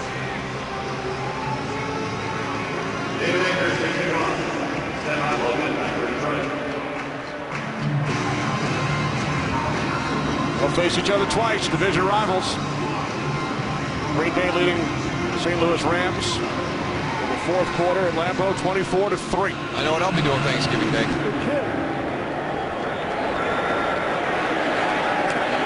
Logan takes a knee. Also on Thanksgiving Eve, Thanksgiving night, the battle of the Harbaugh brothers, 49ers and the Ravens. Just a great job by the San Francisco 49ers defense today, because this is an offense based on the explosive plays. Now, Javid Best got a couple of them in that last series in the passing game, but he's yet to have one in the running game. Brandon Pettigrew, actually the leader in yards and catches right now from the tight end spot, ahead of Calvin Johnson. Johnson with only 3 receptions for 29 yards. So the Lions trail by 2, 1st and 10 from the 20-yard line. Stafford on first down. There's Johnson. His 4th catch today, and it is good for 23 yards. Deshaun Goldson to tackle. We've seen him choose to play Calvin Johnson, really kind of true one-on-one the whole afternoon. Nice timing on the throw from Matthew Stafford.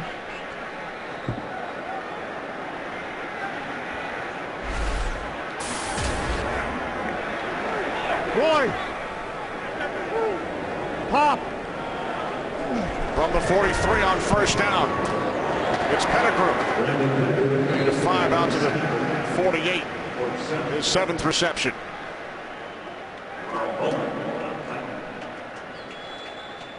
They've been working him underneath the majority of the day. It'll be interesting to see if we've seen it down in the red zone when he's had that out and up. We'll see if they try and pull something out in the middle of the field where they get Brandon Pettigrew a double move. See if he can get one of those linebackers from the Niners to bite on something they've been seeing all afternoon. Second down and 5, inside handoff to Best into 49ers territory. And And he is close to a first down. Aldon Smith made the tackle. One of the big reasons that Detroit has had so much success in the second half is because of that guy right there. You look at his rating from first half to second half. It's kind of gotten off to some slow starts, but you see what he's done in the second half. He's been on fire all season long. That offensive line has done a better job also in the second half of giving him the time to look downfield and find his receivers. 3rd down and 1 for the Lions. More flags.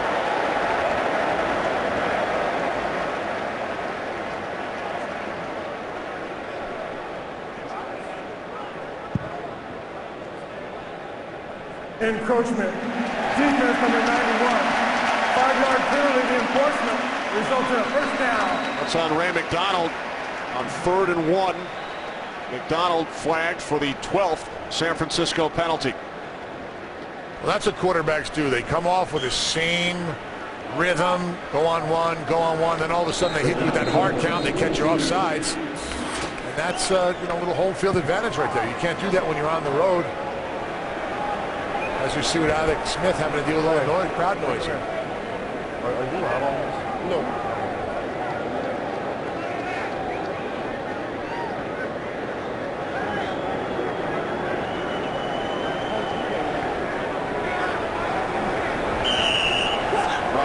Down with the Lions on offense. 1st and 10 from the 42. Off the fake end around to Burleson. Best bobbled up.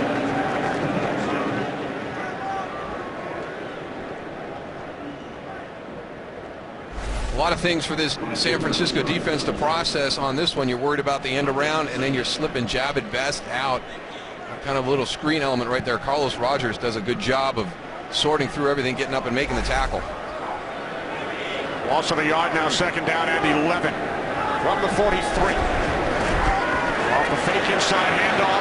Stafford firing downfield. Incomplete, intended for Calvin Johnson. Yeah, he knows he missed one. And that was true one-on-one, and we've seen this several times today.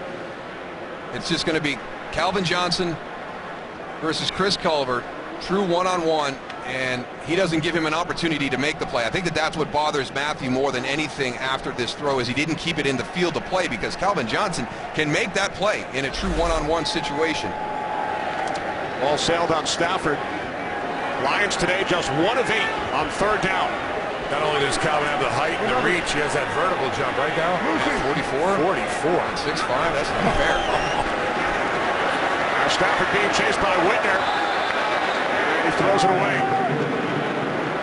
Pressure from Dante Whitner. Lions forced to punt. I don't think he got to be on the line of scrimmage, though. I don't think he's got to be on the line. There's a flag. He's got to get that ball beyond the line of scrimmage. Intentional grounding. Offense number 9. The ball was 1 yard short of the line of gain, and there was no receiver in the area. It's a 10-yard penalty, loss of down, 4th down. So Stafford 1 yard shy of the line of scrimmage. It will move the punter Donahue back 10 yards. Nice call on that, Darryl. Who was that, you or Kenny? I beat Kenny to the punch on that one. Oh, nice. Can't tell the difference. Can't tell the difference, Goose, after 5 years. Must be loud down there. Wow, it is. It was. My ears are still ringing.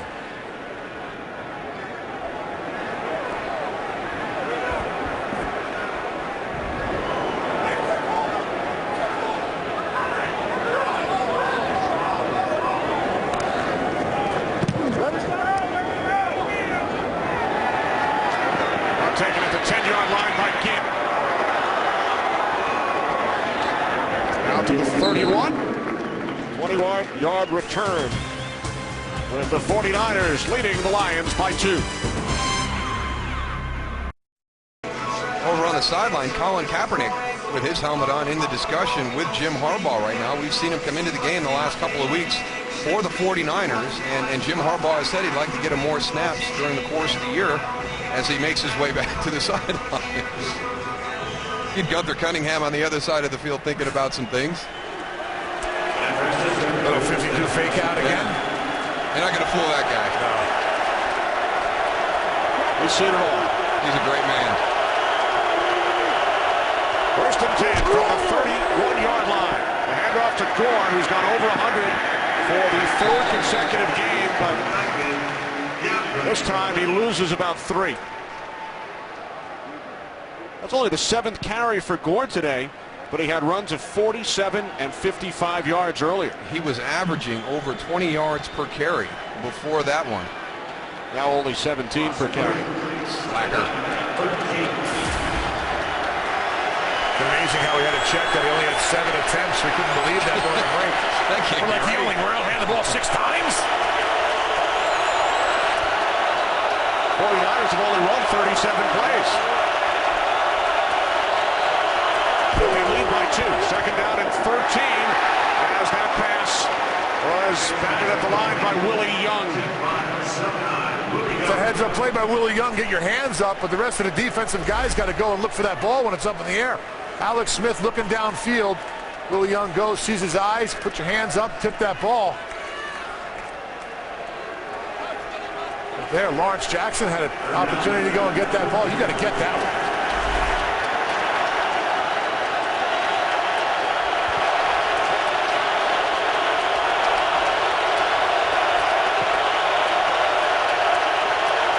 Third down and 13. Play clock at 3. Smith steps up, fires downfield, and Michael Crabtree makes the catch in Lions territory at the Detroit 45, a 27-yard pass play. Watch Michael Crabtree elevate at the end of this route. He gets into that soft spot, times it perfectly, goes up, and makes a heck of a catch. Crabtree has really stepped up today. Coming into this game, 49ers wide receivers combined averaging only 7 receptions per game, and that includes Josh Morgan. Crabtree with 6 today. Under 5 minutes to go, third quarter. Smith, loads of time on first down. He fires downfield. Intended for Ted Ginn Jr.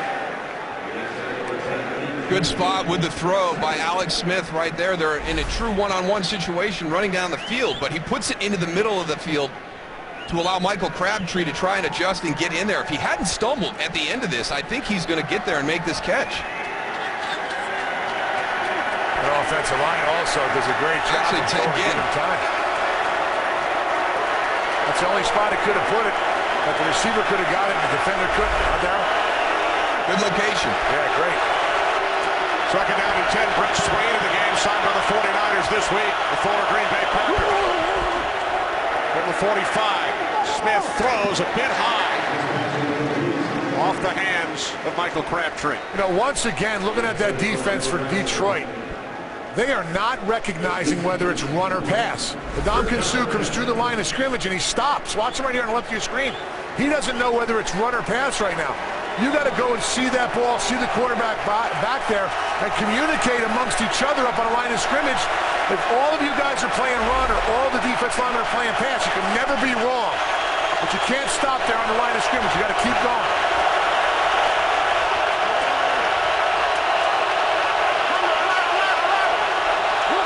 On third and 10.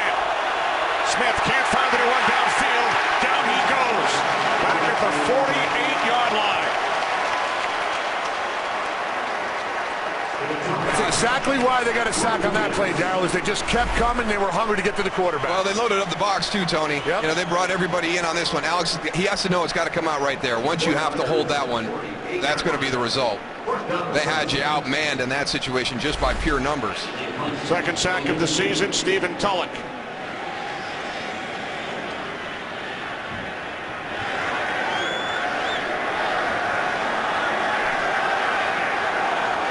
Here's Andy Lee, punting from his own 38. Fair catch called for by Logan at the 9. Just under 4 minutes to play. Third quarter, it's the 49ers leading by 2.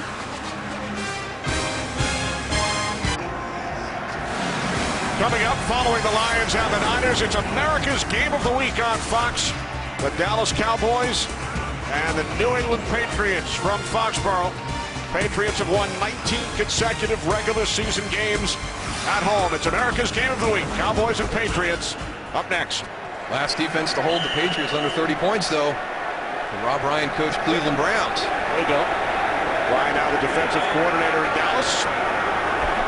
Lions start from their own 9-yard line. Here's Stafford, chased by Justin Smith. Down he goes, back at the 4-yard line. That's what that motor will do, Gal. If you don't stop and you keep coming. And he is just a bull. Yeah, he's been challenged today too, because a lot of times, you know, he's not playing in his normal position because you're getting so much 3 wide receiver, 2 tight looks. He's moved down inside into more of a tackle situation. And here's the reason that Matthew Stafford has to hold it. He's moving to his right. Calvin Johnson's picking up players all over the place as he runs through zones.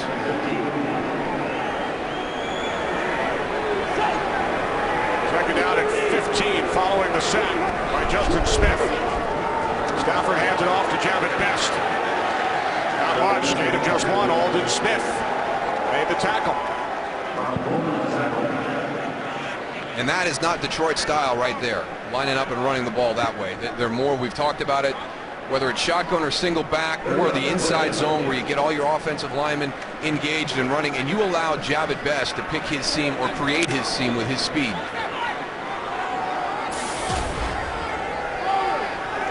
Third down and 14. Lions have only converted once on third down today. They must get to the 19-yard line to move the chains. Stafford's pass is off the mark, intended for Best. Lions will punt. That was not good. No, it kind of goes back to what Coach Schwartz talked to you about, Tony, the 3 and outs during the course of the game. You know, they've continued to have them here in the second half. Well, the problem is you don't get no rhythm with your offense.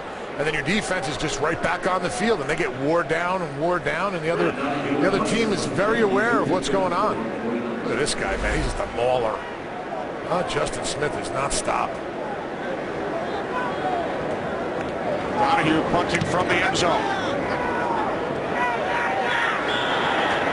And the fair catch is called for by Ginn in Lions territory. Nice. San Francisco's defense has done a heck of a job against this explosive Detroit offense. Really only that one drive here where Javid Best had a couple of big plays in the pass game. Safety on Matthew Stafford there. Close again right here in this last series by Justin Smith. We know how hard they are to run the football against, but they've done a nice job in their pass defense and their pass rush this afternoon. Jim Tomsula, the defensive line coach there, has to be very pleased with his guys. And let me tell you, there's not a lot of depth there. Those guys have been going every snap. They do not have the rotation like the defensive line of the Detroit Lions. Jim does a terrific job, interim head coach at the end of last season. First and 10 from the 43, and the play is blown dead. Now, this may not... We're going to call it on San Francisco. Wow. Offense number 81. 5-yard penalty is still first. Here it is. You've set this play up all day long. Tony's been talking about the wham play. They bring Vernon Davis in motion. You're going to wham. This is the long runs. Here comes Delaney. There's your wham guy. You're thinking wham. And now you're going to pull it out. You're going for the hard play action. You've set that play up all day long, and Justin Field jumps. Well, Corey Williams did a good job of identifying. I know they didn't run the play, but at least he's seen what's coming at him. 5th false start, 13th 49ers penalty. Side handoff to Gore to the Detroit 44 as we check in once again with Kurt Menefee. Kurt. Giants and Bills in a good one. Buffalo down temporarily. Stevie Johnson, 9-yard touchdown reception from Ryan Fitzpatrick. And they're tied at 24, less than 8 minutes to go in regulation. Kenny Moose and Deuce. All right, Kurt, Giants look to bounce back from their loss to Seattle against the 4-1 Bills. Second down and 11, under 2 minutes remaining, third quarter. From the Lions 44, Smith steps up and throws, and it is picked off by Amari Spivey. Pass was intended for Crabtree. Spivey with his second pick of the year, 4th of his career. We saw this play work earlier this half. The deep in route to Michael Crabtree.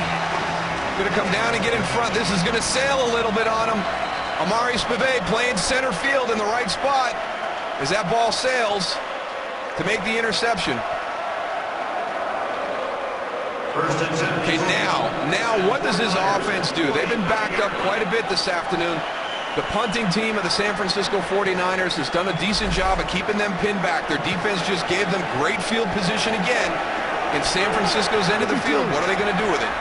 Only the second interception thrown by Alex Smith all season over the first 6 games.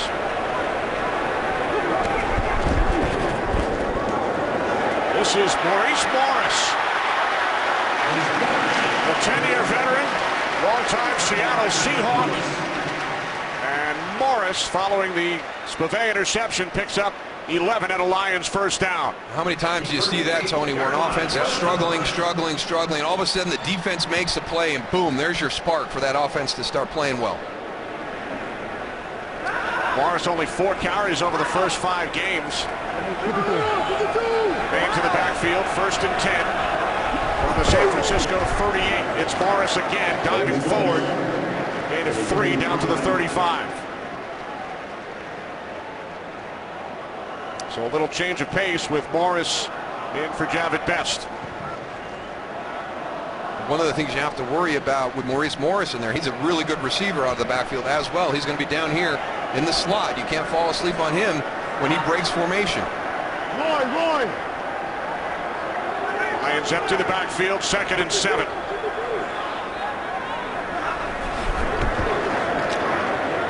Stafford complete to Burleson for another Lions first down for the San Francisco 21 of 14-yard pass play. At the San Francisco 22-yard line, first down. Under 20 seconds remaining, 3rd quarter. Nice little stutter step there by Burleson to break it to the inside. Winding down in this 3rd quarter. 53. And that will do it.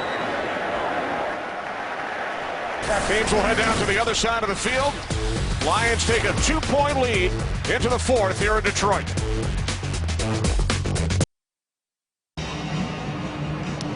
We head to the 4th quarter here in Detroit. Kenny Albert, Darryl Johnston, Tony Siragusa, the 5-0 Detroit Lions, the 4-1 San Francisco 49ers. The Niners lead by 2. 2 big weapons in the red zone. Brandon Pettigrew and Calvin Johnson. From the 22 on first down, the slant intended for Titus Young. It was Chris Culliver on the coverage. Well, one of the differences in this game has been San Francisco's defense down in the red zone, #1 in the NFL. And they haven't done anything to hurt that today. They had the one great catch by Brandon Pettigrew in the 1st quarter. Other than that, they've held Scott Linehan's offense to 2 field goals on their other trips into the red zone. No. Empty backfield, 2nd and 10.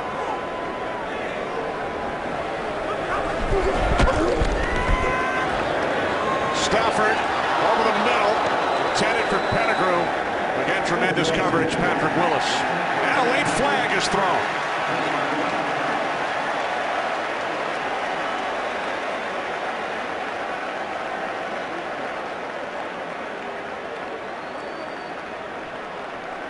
It's going to be interesting to see what they call right here. I thought Patrick Willis played it great. Watch him be physical on the release. Boom. Get him right there. Looks like you had him on the scene.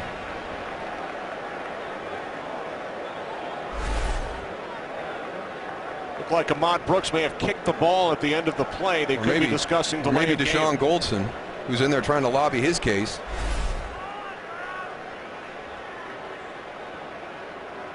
Yeah, that was intentional. After the play was over, delay of game, and the defense, number 38, kicking the ball. The 5-yard penalty, 3rd down. Uncharacteristic by Jim Harbaugh's team. We haven't seen this. They had a game earlier this year where they had 12 penalties at Cincinnati, but a lot of these are the kind that, are going to drive him crazy. I mean, he's going to watch this film and go, really, seriously, guys, we're going to kick a football in the 4th quarter with a 2-point lead in the red zone? Are you serious? 14 for 115 yards? Wow.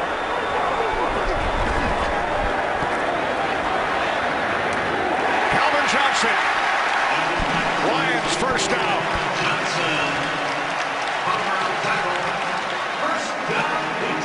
And they were not ready when that ball was snapped. Now here's a situation right now where Matthew Stafford is taking advantage of the no huddle because San Francisco having trouble lining up on that last snap.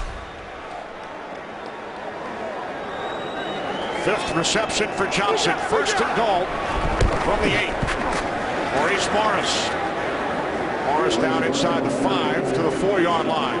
No doubt you made a good point.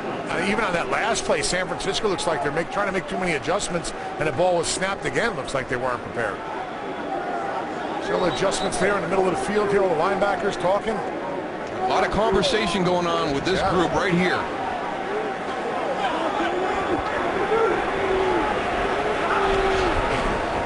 On 2nd and goal off the fake handoff to Morris. The pass to the end zone. Touchdown, Nate Burleson. Oh, again, it waved off. Did he put the ball down before they... The official walked in signaling incomplete, the back judge.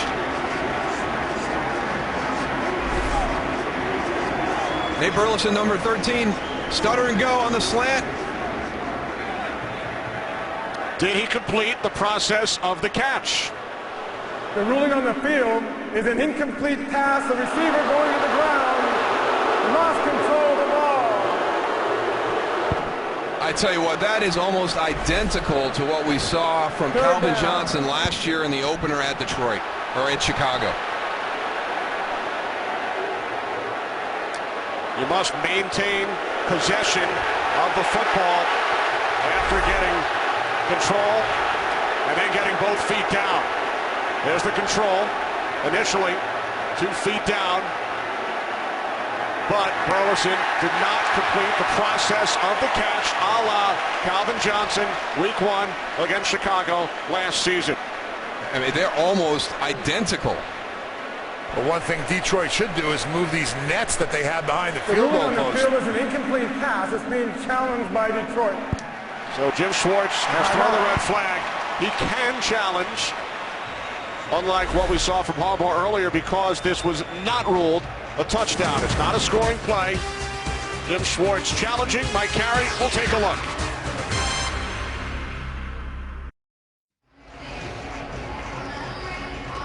Referee Mike Carey taking a look at the last play, challenged by Jim Schwartz, as we welcome in for the 3rd time today our rules analyst, Mike Pereira. Very familiar, Mike, of course, with the Calvin Johnson play from last year.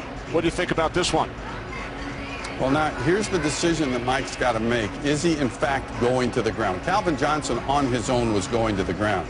What you got to rule here is got to look at is he, at this point, stumbling to the ground on his own? And if he is, then he's got to hold onto that ball when it hits the ground. And I don't think that he will overturn this to make this a touchdown, because it's going to this whole process issue. Falling backwards, clearly gets 2 feet down, but now starts to turn and is headed to the ground. I hate this because it feels so much like a touchdown, but I think they'll stay with the incomplete pass because it'll become a process. All right, thanks, Mike. Here's Mike Carey. After review, the receiver had control of the ball 2 feet down and enough time to correct the football. Therefore, first touchdown. Wow.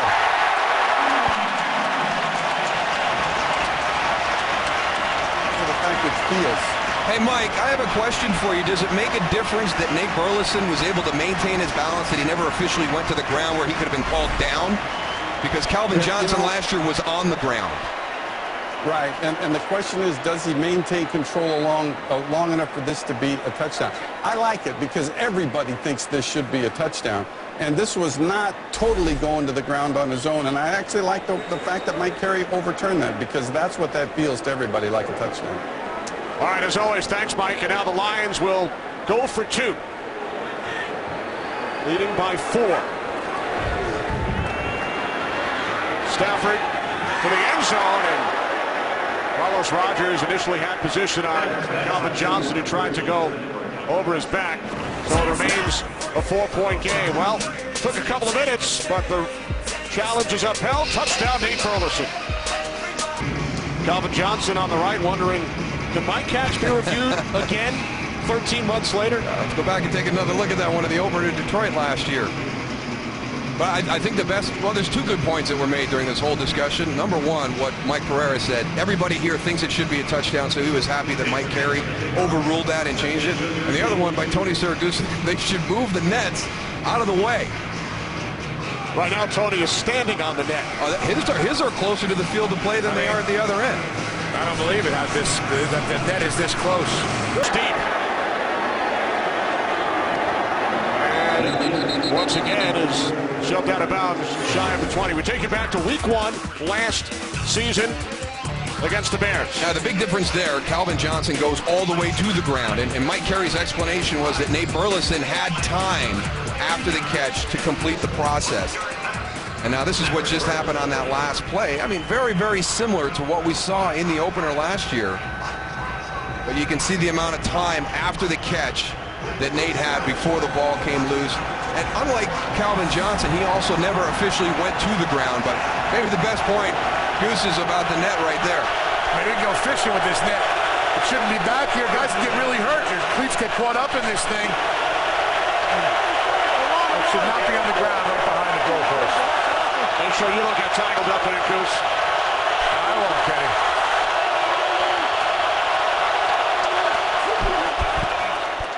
First and 10 for the Niners. Smith hit as he throws.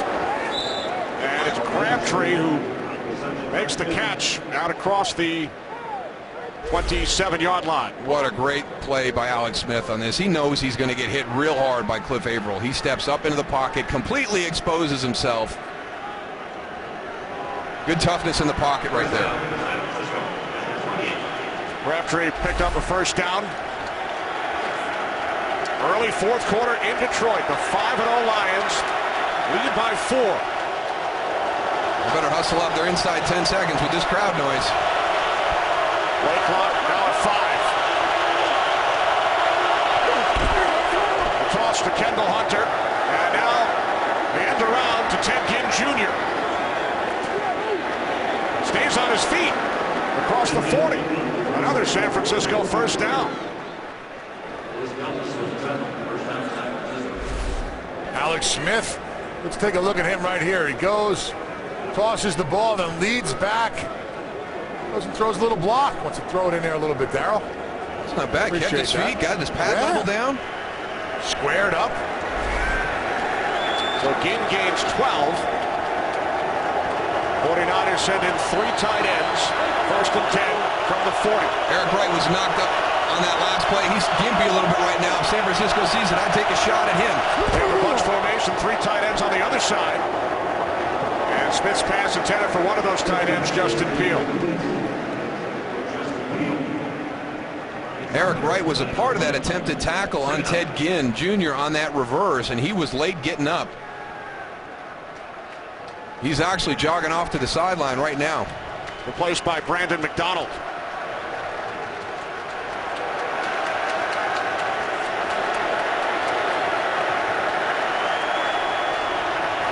So Wright, the San Francisco native, on the sidelines. Second and 10.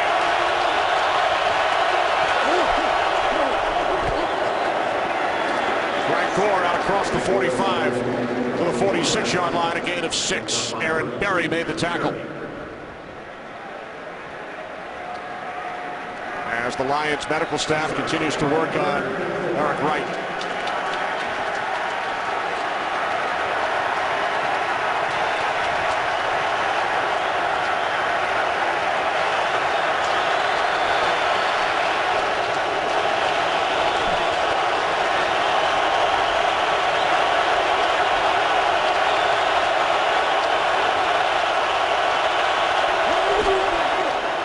Smith on 3rd down and 4.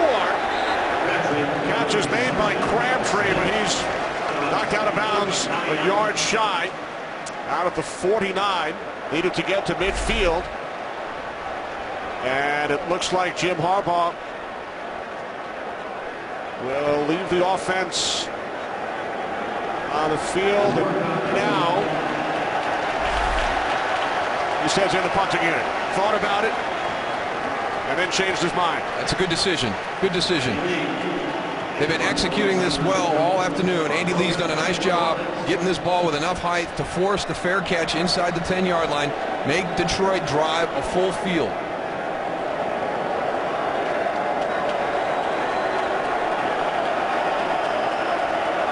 Lee punting for the 8th time today.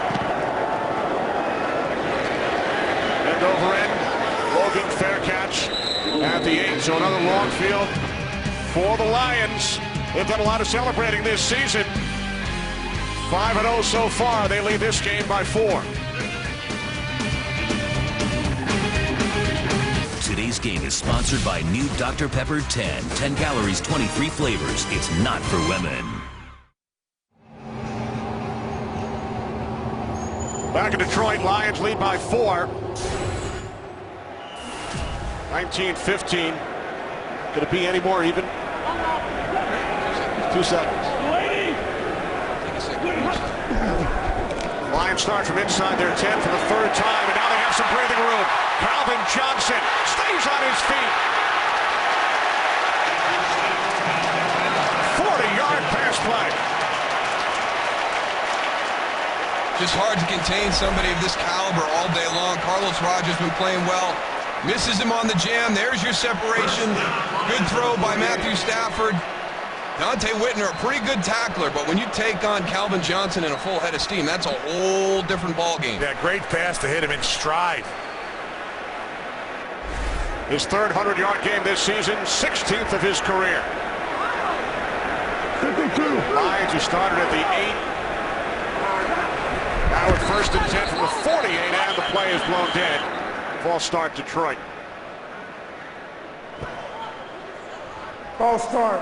Offense number 87. 5-yard penalty is still first.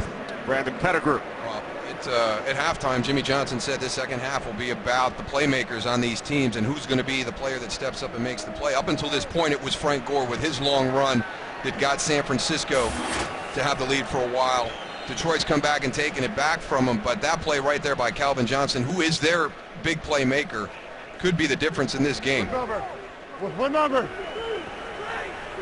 1st and 15 following the penalty from the 44-yard line. Best looks to change direction, and he loses a yard. Now the Green Bay Packers have won. They beat the St. Louis Rams 24-3. Packers now 6-0. Should the Lions hold on and win this game?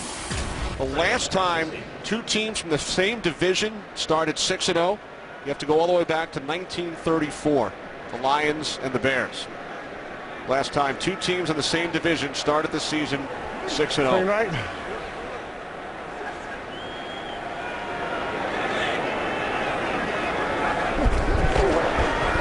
Stafford on 2nd and 14, and that one could not be handled by Pettigrew.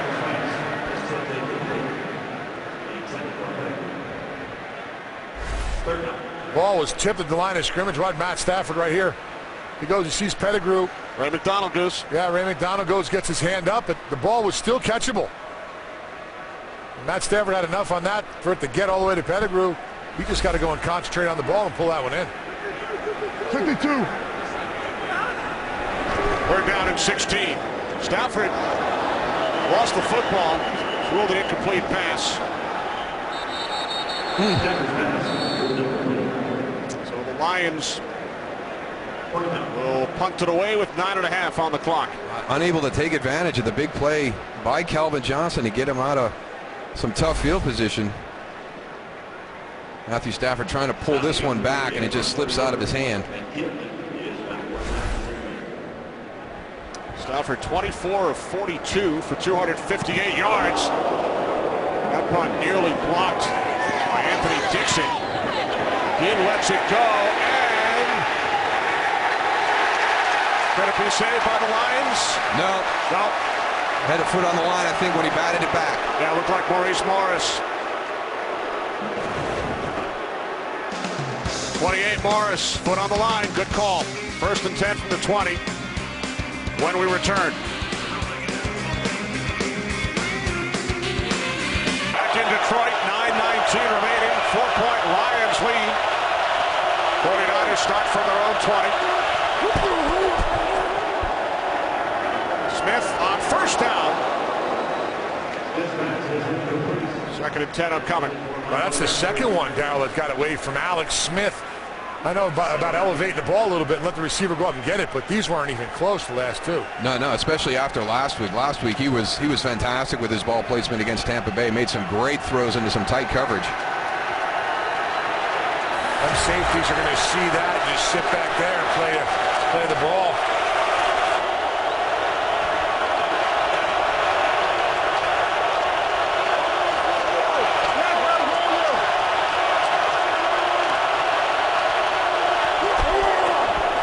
Smith on second and 10. Another end around. Ted Ginn Jr. out of bounds at the 28. And for those of you in the home markets of the late games, in a moment you will be leaving the Lions and 49ers, and we will switch you to the start of your game. Ted Ginn Jr. on that run, if you stay in bounds, you're going to have a big collision. So get down and dive to the marker. This is not a guaranteed conversion at 3rd and 1. You've got to dive for that pylon. Especially given the Niners' lack of success on 3rd down today, just 2 of 11.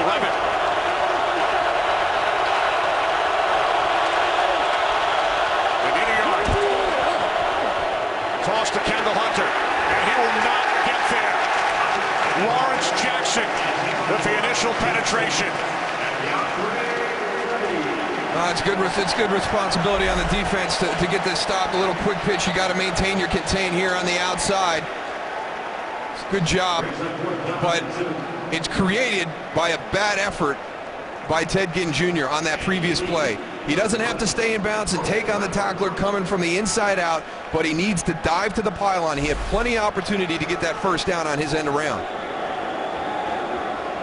And takes it out to 20 and then spins across the 30 to the 35-yard line. Flag back at the 20.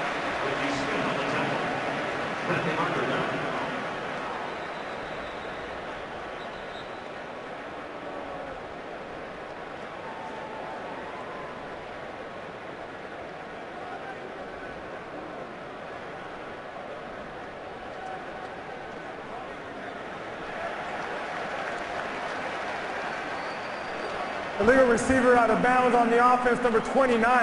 It's a 5-yard penalty. Detroit has elected to take it to the dead ball spot. 5 yards, first down. 15th San Francisco penalty.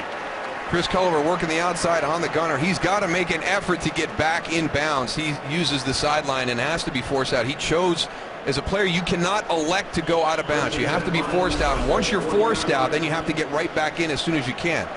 So number one, he went out on his own, was not forced out, and then ran down the sideline about 18 yards before he came in. So the 49ers have now matched the season high in the entire league. Raiders committed 15 penalties week 1 against the Broncos. Stafford in trouble. He is sacked by Aldon Smith. Lost the football. It's down at the bottom of the pile, back at the 22-yard line. And it's Jeff Backus. Heads up play by Jeff Backus. Tell you what, Stafford gets that ball knocked out. Watch right here. Stafford on his backside, too. Gets that ball out. Jeff Backus goes and identifies and gets on it. Aldon Smith there on the rush. Does a nice job. But you know the difference. We saw Kyle Vanden Bosch on that first play when he had Alex Smith in that situation, how he aggressively went for the ball. Here's young Aldon Smith, rookie, going for the tackle, jars the ball loose, but be aware that you can just get that thing swatted out. He's not going to get a sack. Loss of 18 on the play. Second and long, it's Morris out to the 26. Aldon Smith the tackle. Under 7 minutes remaining. Lions leading by 4, now facing a 3rd down and 25. And we're getting into that situation right now as Kyle Vanden Bosch gets a little stretch over there on the sideline, loosen that neck up a little bit. But here's an area where I wonder how well Detroit can execute, because they don't have this as part of their offense. You get into this part of the game with a 6-point lead and you need to burn clock. You want that physical run game. They don't have that element here. So what do they use to replace that in this type of situation? We talked about that in our open. Now the Lions finish out games with the lead. They've come from behind in their last 3. Lions will punt it away. Burleson stopped about 3 yards shy of a first down. So here comes the punting unit. Jim Schwartz and the Lions looking to maintain their perfect record. Green Bay has won today. They are 6-0. Lions at 5-0 have the lead with 6 minutes on the clock.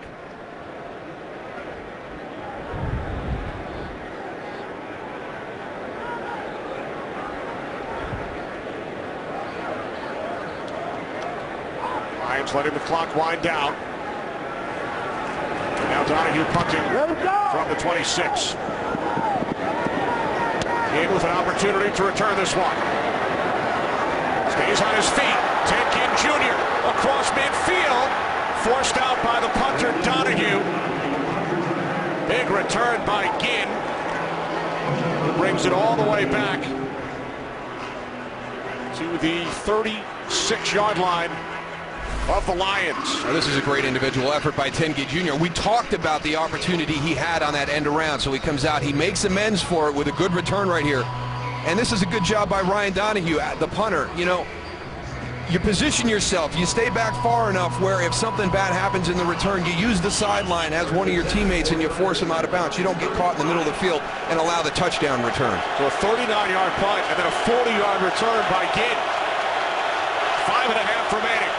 49ers trailing by 4 from the Detroit 35-yard line. Here's Kendall Hunter inside the 30, pushing the pile, and he is close to a first down. You've got the physical style of Frank Gore that's been hitting you all afternoon long, and now you get a little bit of that slasher mentality that Kendall Hunter brings. This is going to be a fun combination to watch as the season goes on. Well, he split those two defenders there on the outside right in half. Two unblocked defenders went right through them. Go and pick up yardage. 49ers have rushed for 181 yards today. Gore back in, replacing Hunter. Second down and 1. This is Gore. And Frank Gore has a 49ers first down inside the 25. 49ers with one timeout remaining. They took one early in the half and then lost a challenge. 4.5 to play, fourth quarter here at Ford Field. New set of downs for San Francisco. And just to clear up from that first half, Kenny, they also do have a challenge left on San Francisco. Jim Harbaugh threw the challenge when he wasn't allowed. Got the unsportsmanlike conduct penalty, but still has one challenge. Kept that challenge. Lost his first official challenge. Here's Hunter up the middle.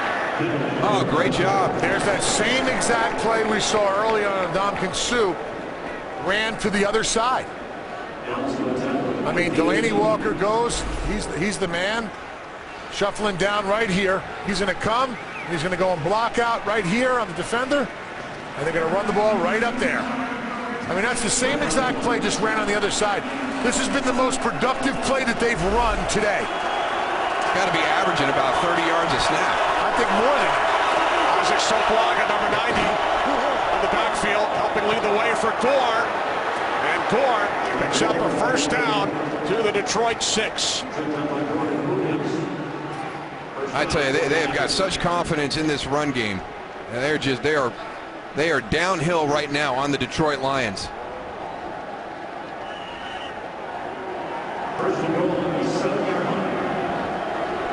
Both teams shuffling in personnel. First and goal from the Lions 7.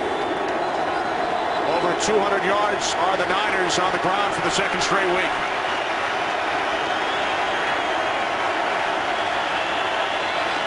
Boy, the Lions are having a lot of issues with their personnel, trying to get their D-line straightened out right now.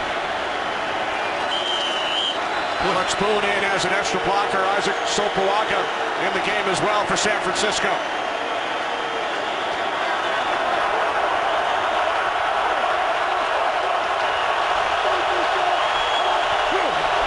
First and goal from the 7. And Gore is forced back. This, you've been talking about him all day. Corey Williams with the penetration, a loss of 3. Well, they go with the goal line right here, all the big guys, and it's all about penetration. Corey Williams just keeps coming.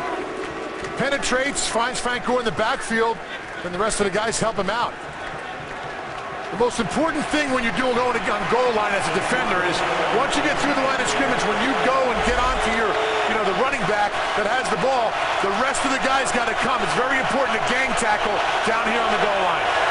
Frank Gore split out wide to the right. Empty backfield, second and goal from the 10. Here's Crabtree. Crabtree tackled at the 6. What a tackle by Eric Wright, who was shaken up earlier. Back in the game to stop Crabtree. As we hit the 2-minute warning here in Detroit, it will be 3rd and goal from the 6 for the 49ers, down by 4.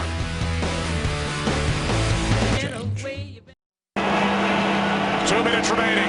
Lions lead by 4. 3rd and goal for the 49ers from the Detroit 6. San Francisco with 1 timeout remaining. 4 down territory, in my opinion. You call this play, you execute it, clock's still running. You can call timeout and go over and figure out what you want to do on 4th down, but you got to go for it down here. I don't think you're going to get another shot to get back-to-back field goals. Empty backfield. Throws. Pass intended for Kyle Williams. 49ers now facing 4th down.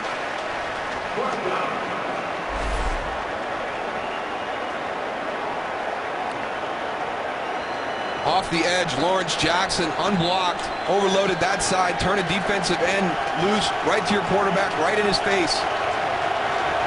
Why not use that last time out to talk about it? I'm in favor of it. I mean, it's the most critical snap of the game. Get everybody together and make sure you've got the exact right play call.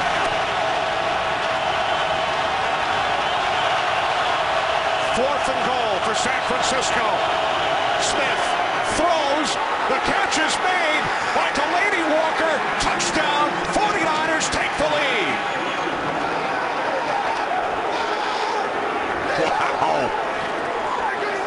That's his best throw of the game. The most critical snap of the game, and Alex Smith makes his best throw of the game. Delaney Walker on the outside is going to come underneath.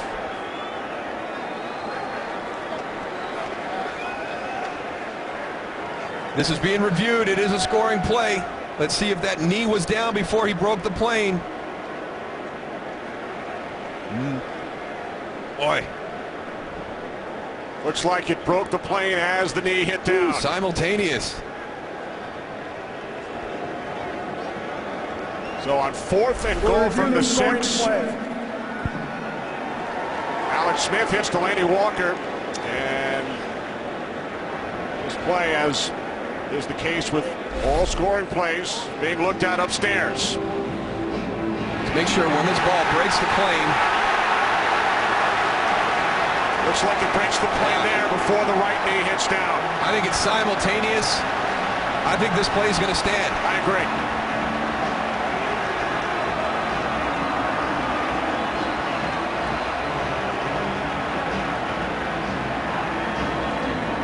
Hard to tell from this angle when the ball breaks the plane, but we had some great looks from the other angles, and these are the same shots that they are taking a look at both up in the replay booth and that the referee Mike Carey is looking at. In our opinion, Delaney Walker absolutely broke the plane before the right knee hit.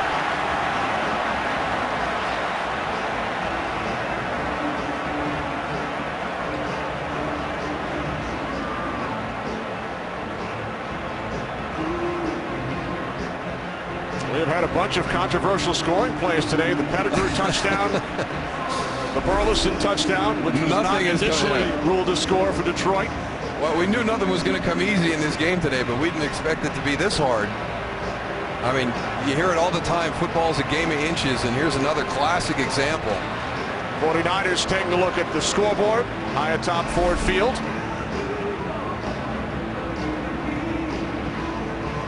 The big thing is it's so hard to when that knee, because it looks like he's dragging that knee and it hasn't gone to the ground.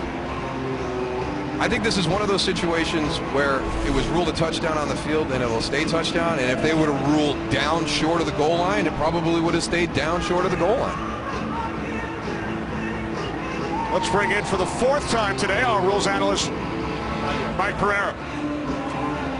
Mike, what do you think?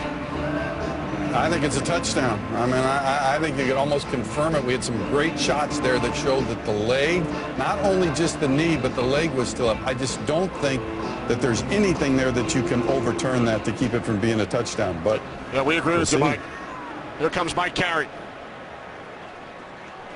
After review, the ruling on the field stands to score. So the 49ers back on top, and we have set a new Fox record for most conversations with Mike Pereira in one game.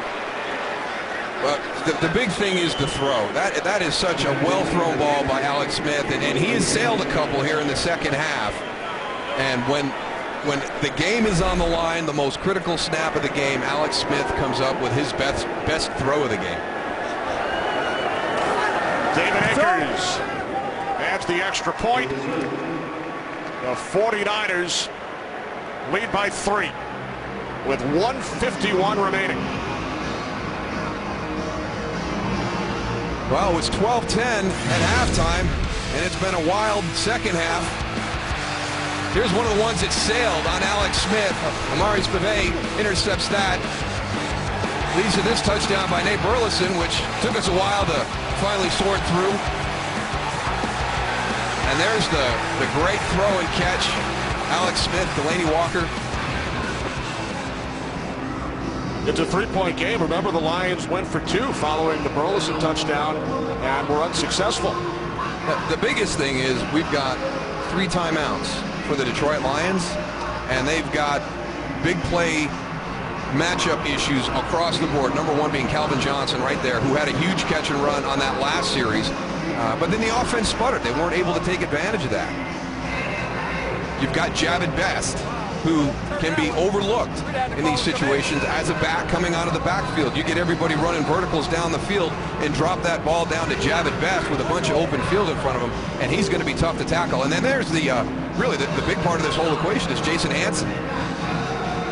Don't rule out Titus Young either. The young guy there now. We saw them. 20 with 1:51 remaining, 4th quarter. All 3 timeouts. Down by 3. Well, they've done some amazing things during the course of the season so far. Down 20-0 at halftime against Minnesota on the road. In the 3rd quarter, down 27-3 to Dallas. Come back and win that game. So they already have the confidence built in that they can make things happen in these situations. And they started to gain that confidence last year when they won their last 4 games of the season. Off to a 5-0 start here in 2011. Pass by Stafford. He is caught by Pettigrew. Out at the 25, a gain of 5.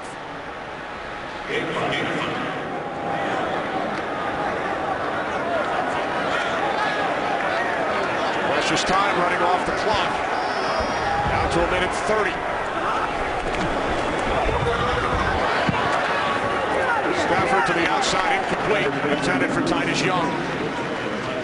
Jason Hansen's long this year so far is 51 yards. That puts them about the 33-yard line. Which means they have to go about 42 yards. Remember, Hansen missed a 52-yarder towards the end of the 2nd quarter. Had the distance, had plenty of distance. Gets to wide to the right. Now 3rd down and 5.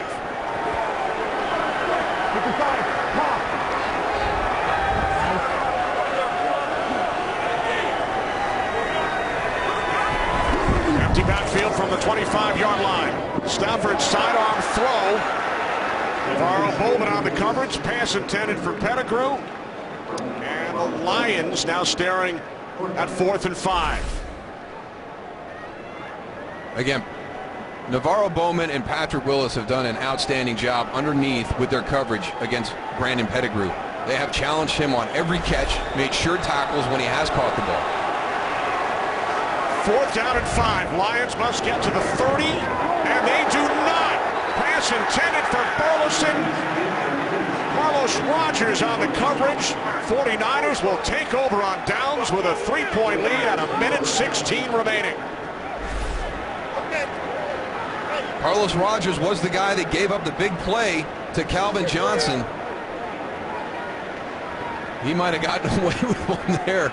Looked like he got there a little bit early. But aggressive play by Carlos Rogers. Fans have started to head for the exits here at Ford Field. The San Francisco 49ers traveling to the Eastern time zone for the third time in 4 weeks. They won the previous two in Cincinnati, in Philadelphia. And they lead the Detroit Lions, the previously unbeaten Lions, by 3. They didn't burn a timeout in that series. They still have 3. So they'll have to get a touchdown probably after this series if they elect to kick the field goal. But Detroit can't give up now. Make a stop, quick timeouts. There's Gore, and the Lions will use their first timeout with 1:12 remaining. So Jim Harbaugh's 49ers, they fell behind 10-0 in the first quarter. They've committed 15 penalties today, yet they have found a way. And again, it's really a part of that offensive line up front for San Francisco. And at the top of the broadcast, we talked about strength versus strength. The San Francisco offensive line versus Detroit's defensive line. And it has been a battle all day long. I mean, just physical to the whistle. Great effort on both sides. And again, for the second week in a row, San Francisco goes over 200 yards rushing against a very, very stout defensive front of the Detroit Lions. America's Game of the Week coming up next. The Cowboys and the Patriots following the Lions and the Niners. Detroit still with 2 timeouts remaining.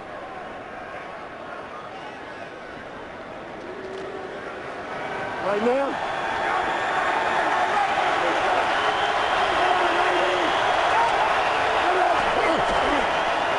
Second and 10. Here's Gore.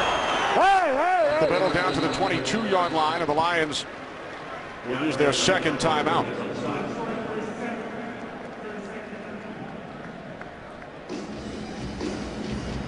Lions came from behind in their last 3 games. 49ers came back from 20 points down to defeat Philadelphia 2 weeks ago. Trailed by 10 after the first quarter here today. Just uncharacteristic of San Francisco today with the penalties, but you know, a nice job, you know, taking that punch early in the game and hanging in there as a team, not really, you know, deviating from your game plan, believing in what you had put in during the course of the preparation week to come here and have a good opportunity to win a game. And Detroit, we talked about Detroit, you know, they haven't played that complete game yet. They haven't consistently played good football. You know, they have flashes of very, very good football from time to time, but haven't played that complete game yet today. And we had several opportunities for them to kind of assert themselves and really grab control of the game, and they weren't able to do it. And you know, San Francisco is a very opportunistic team right now, and if you give them chances, they're going to cash in. Third down and 8. Lions with 1 timeout remaining. Here's Gore. Down to the 19-yard line. Here comes the 49ers field goal unit as the Lions use their final timeout. So the Lions will get the ball back. A successful field goal here by Akers would extend the San Francisco lead to 6.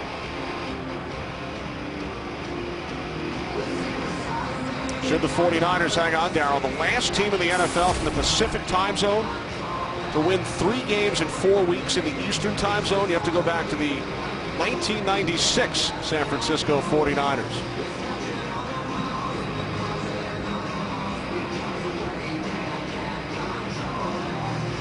Wins in a 4-week stretch for the 96 Niners on the East Coast. Jim Harbaugh brought his club east. Week 3, they beat Cincinnati 13-8. Stayed east in Youngstown, Ohio. Beat the Eagles the next week in come from behind fashion. Returned home, crushed Tampa Bay last Sunday. And now a chance to make a 6-point lead.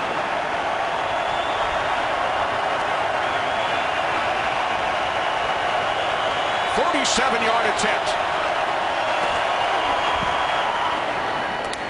Straight through. 49ers lead by 6. Lions getting the ball back with 62 seconds on the clock. And with this offense, that is plenty of time to score a touchdown.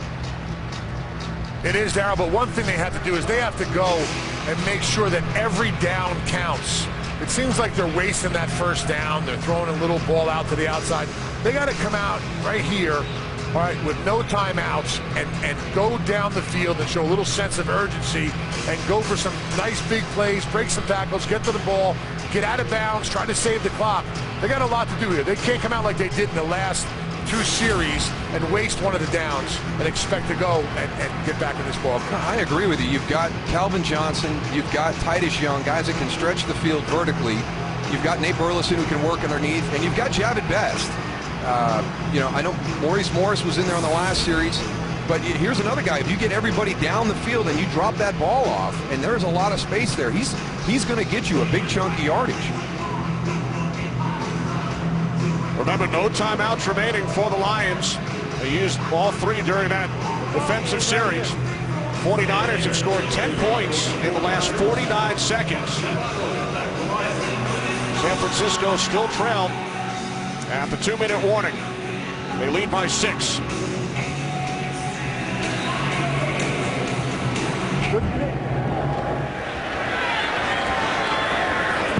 This kickoff through the back of the end zone. Lions must go 80 yards.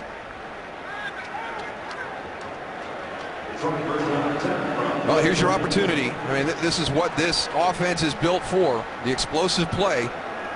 No better time to show what you're capable of than scoring in less than a minute and 2 seconds to win a football game.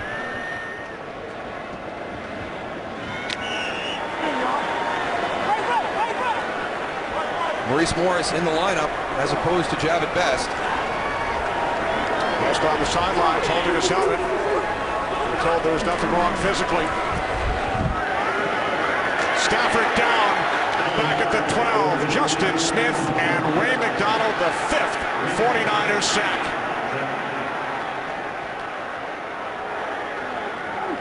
Remember, the Lions with no timeouts, 45 seconds remaining. Now they must go 88 yards in under 40 seconds. Stafford throws, complete to Morris. Lions can't stop the clock. And Morris is tackled at the 19 by Bowman and Goldson. No sense of urgency whatsoever, Darryl. Too much time to get to the line of scrimmage. Stafford doesn't have a play. He's not ready to go and move ahead. Down to 10 seconds. Stafford throws, and his pass is incomplete. Intended for Titus Young. Down to 6 seconds remaining. I agree with you, Tony. You know, with 1 minute and 2 seconds left, I expected more from this offense than what we've seen on those 3 plays. It didn't seem like they had a receiver down more than 25 yards. I mean, Stafford has the arm. You have the receivers that can go up and get it. Run a 9 route. Get down there. Take a shot.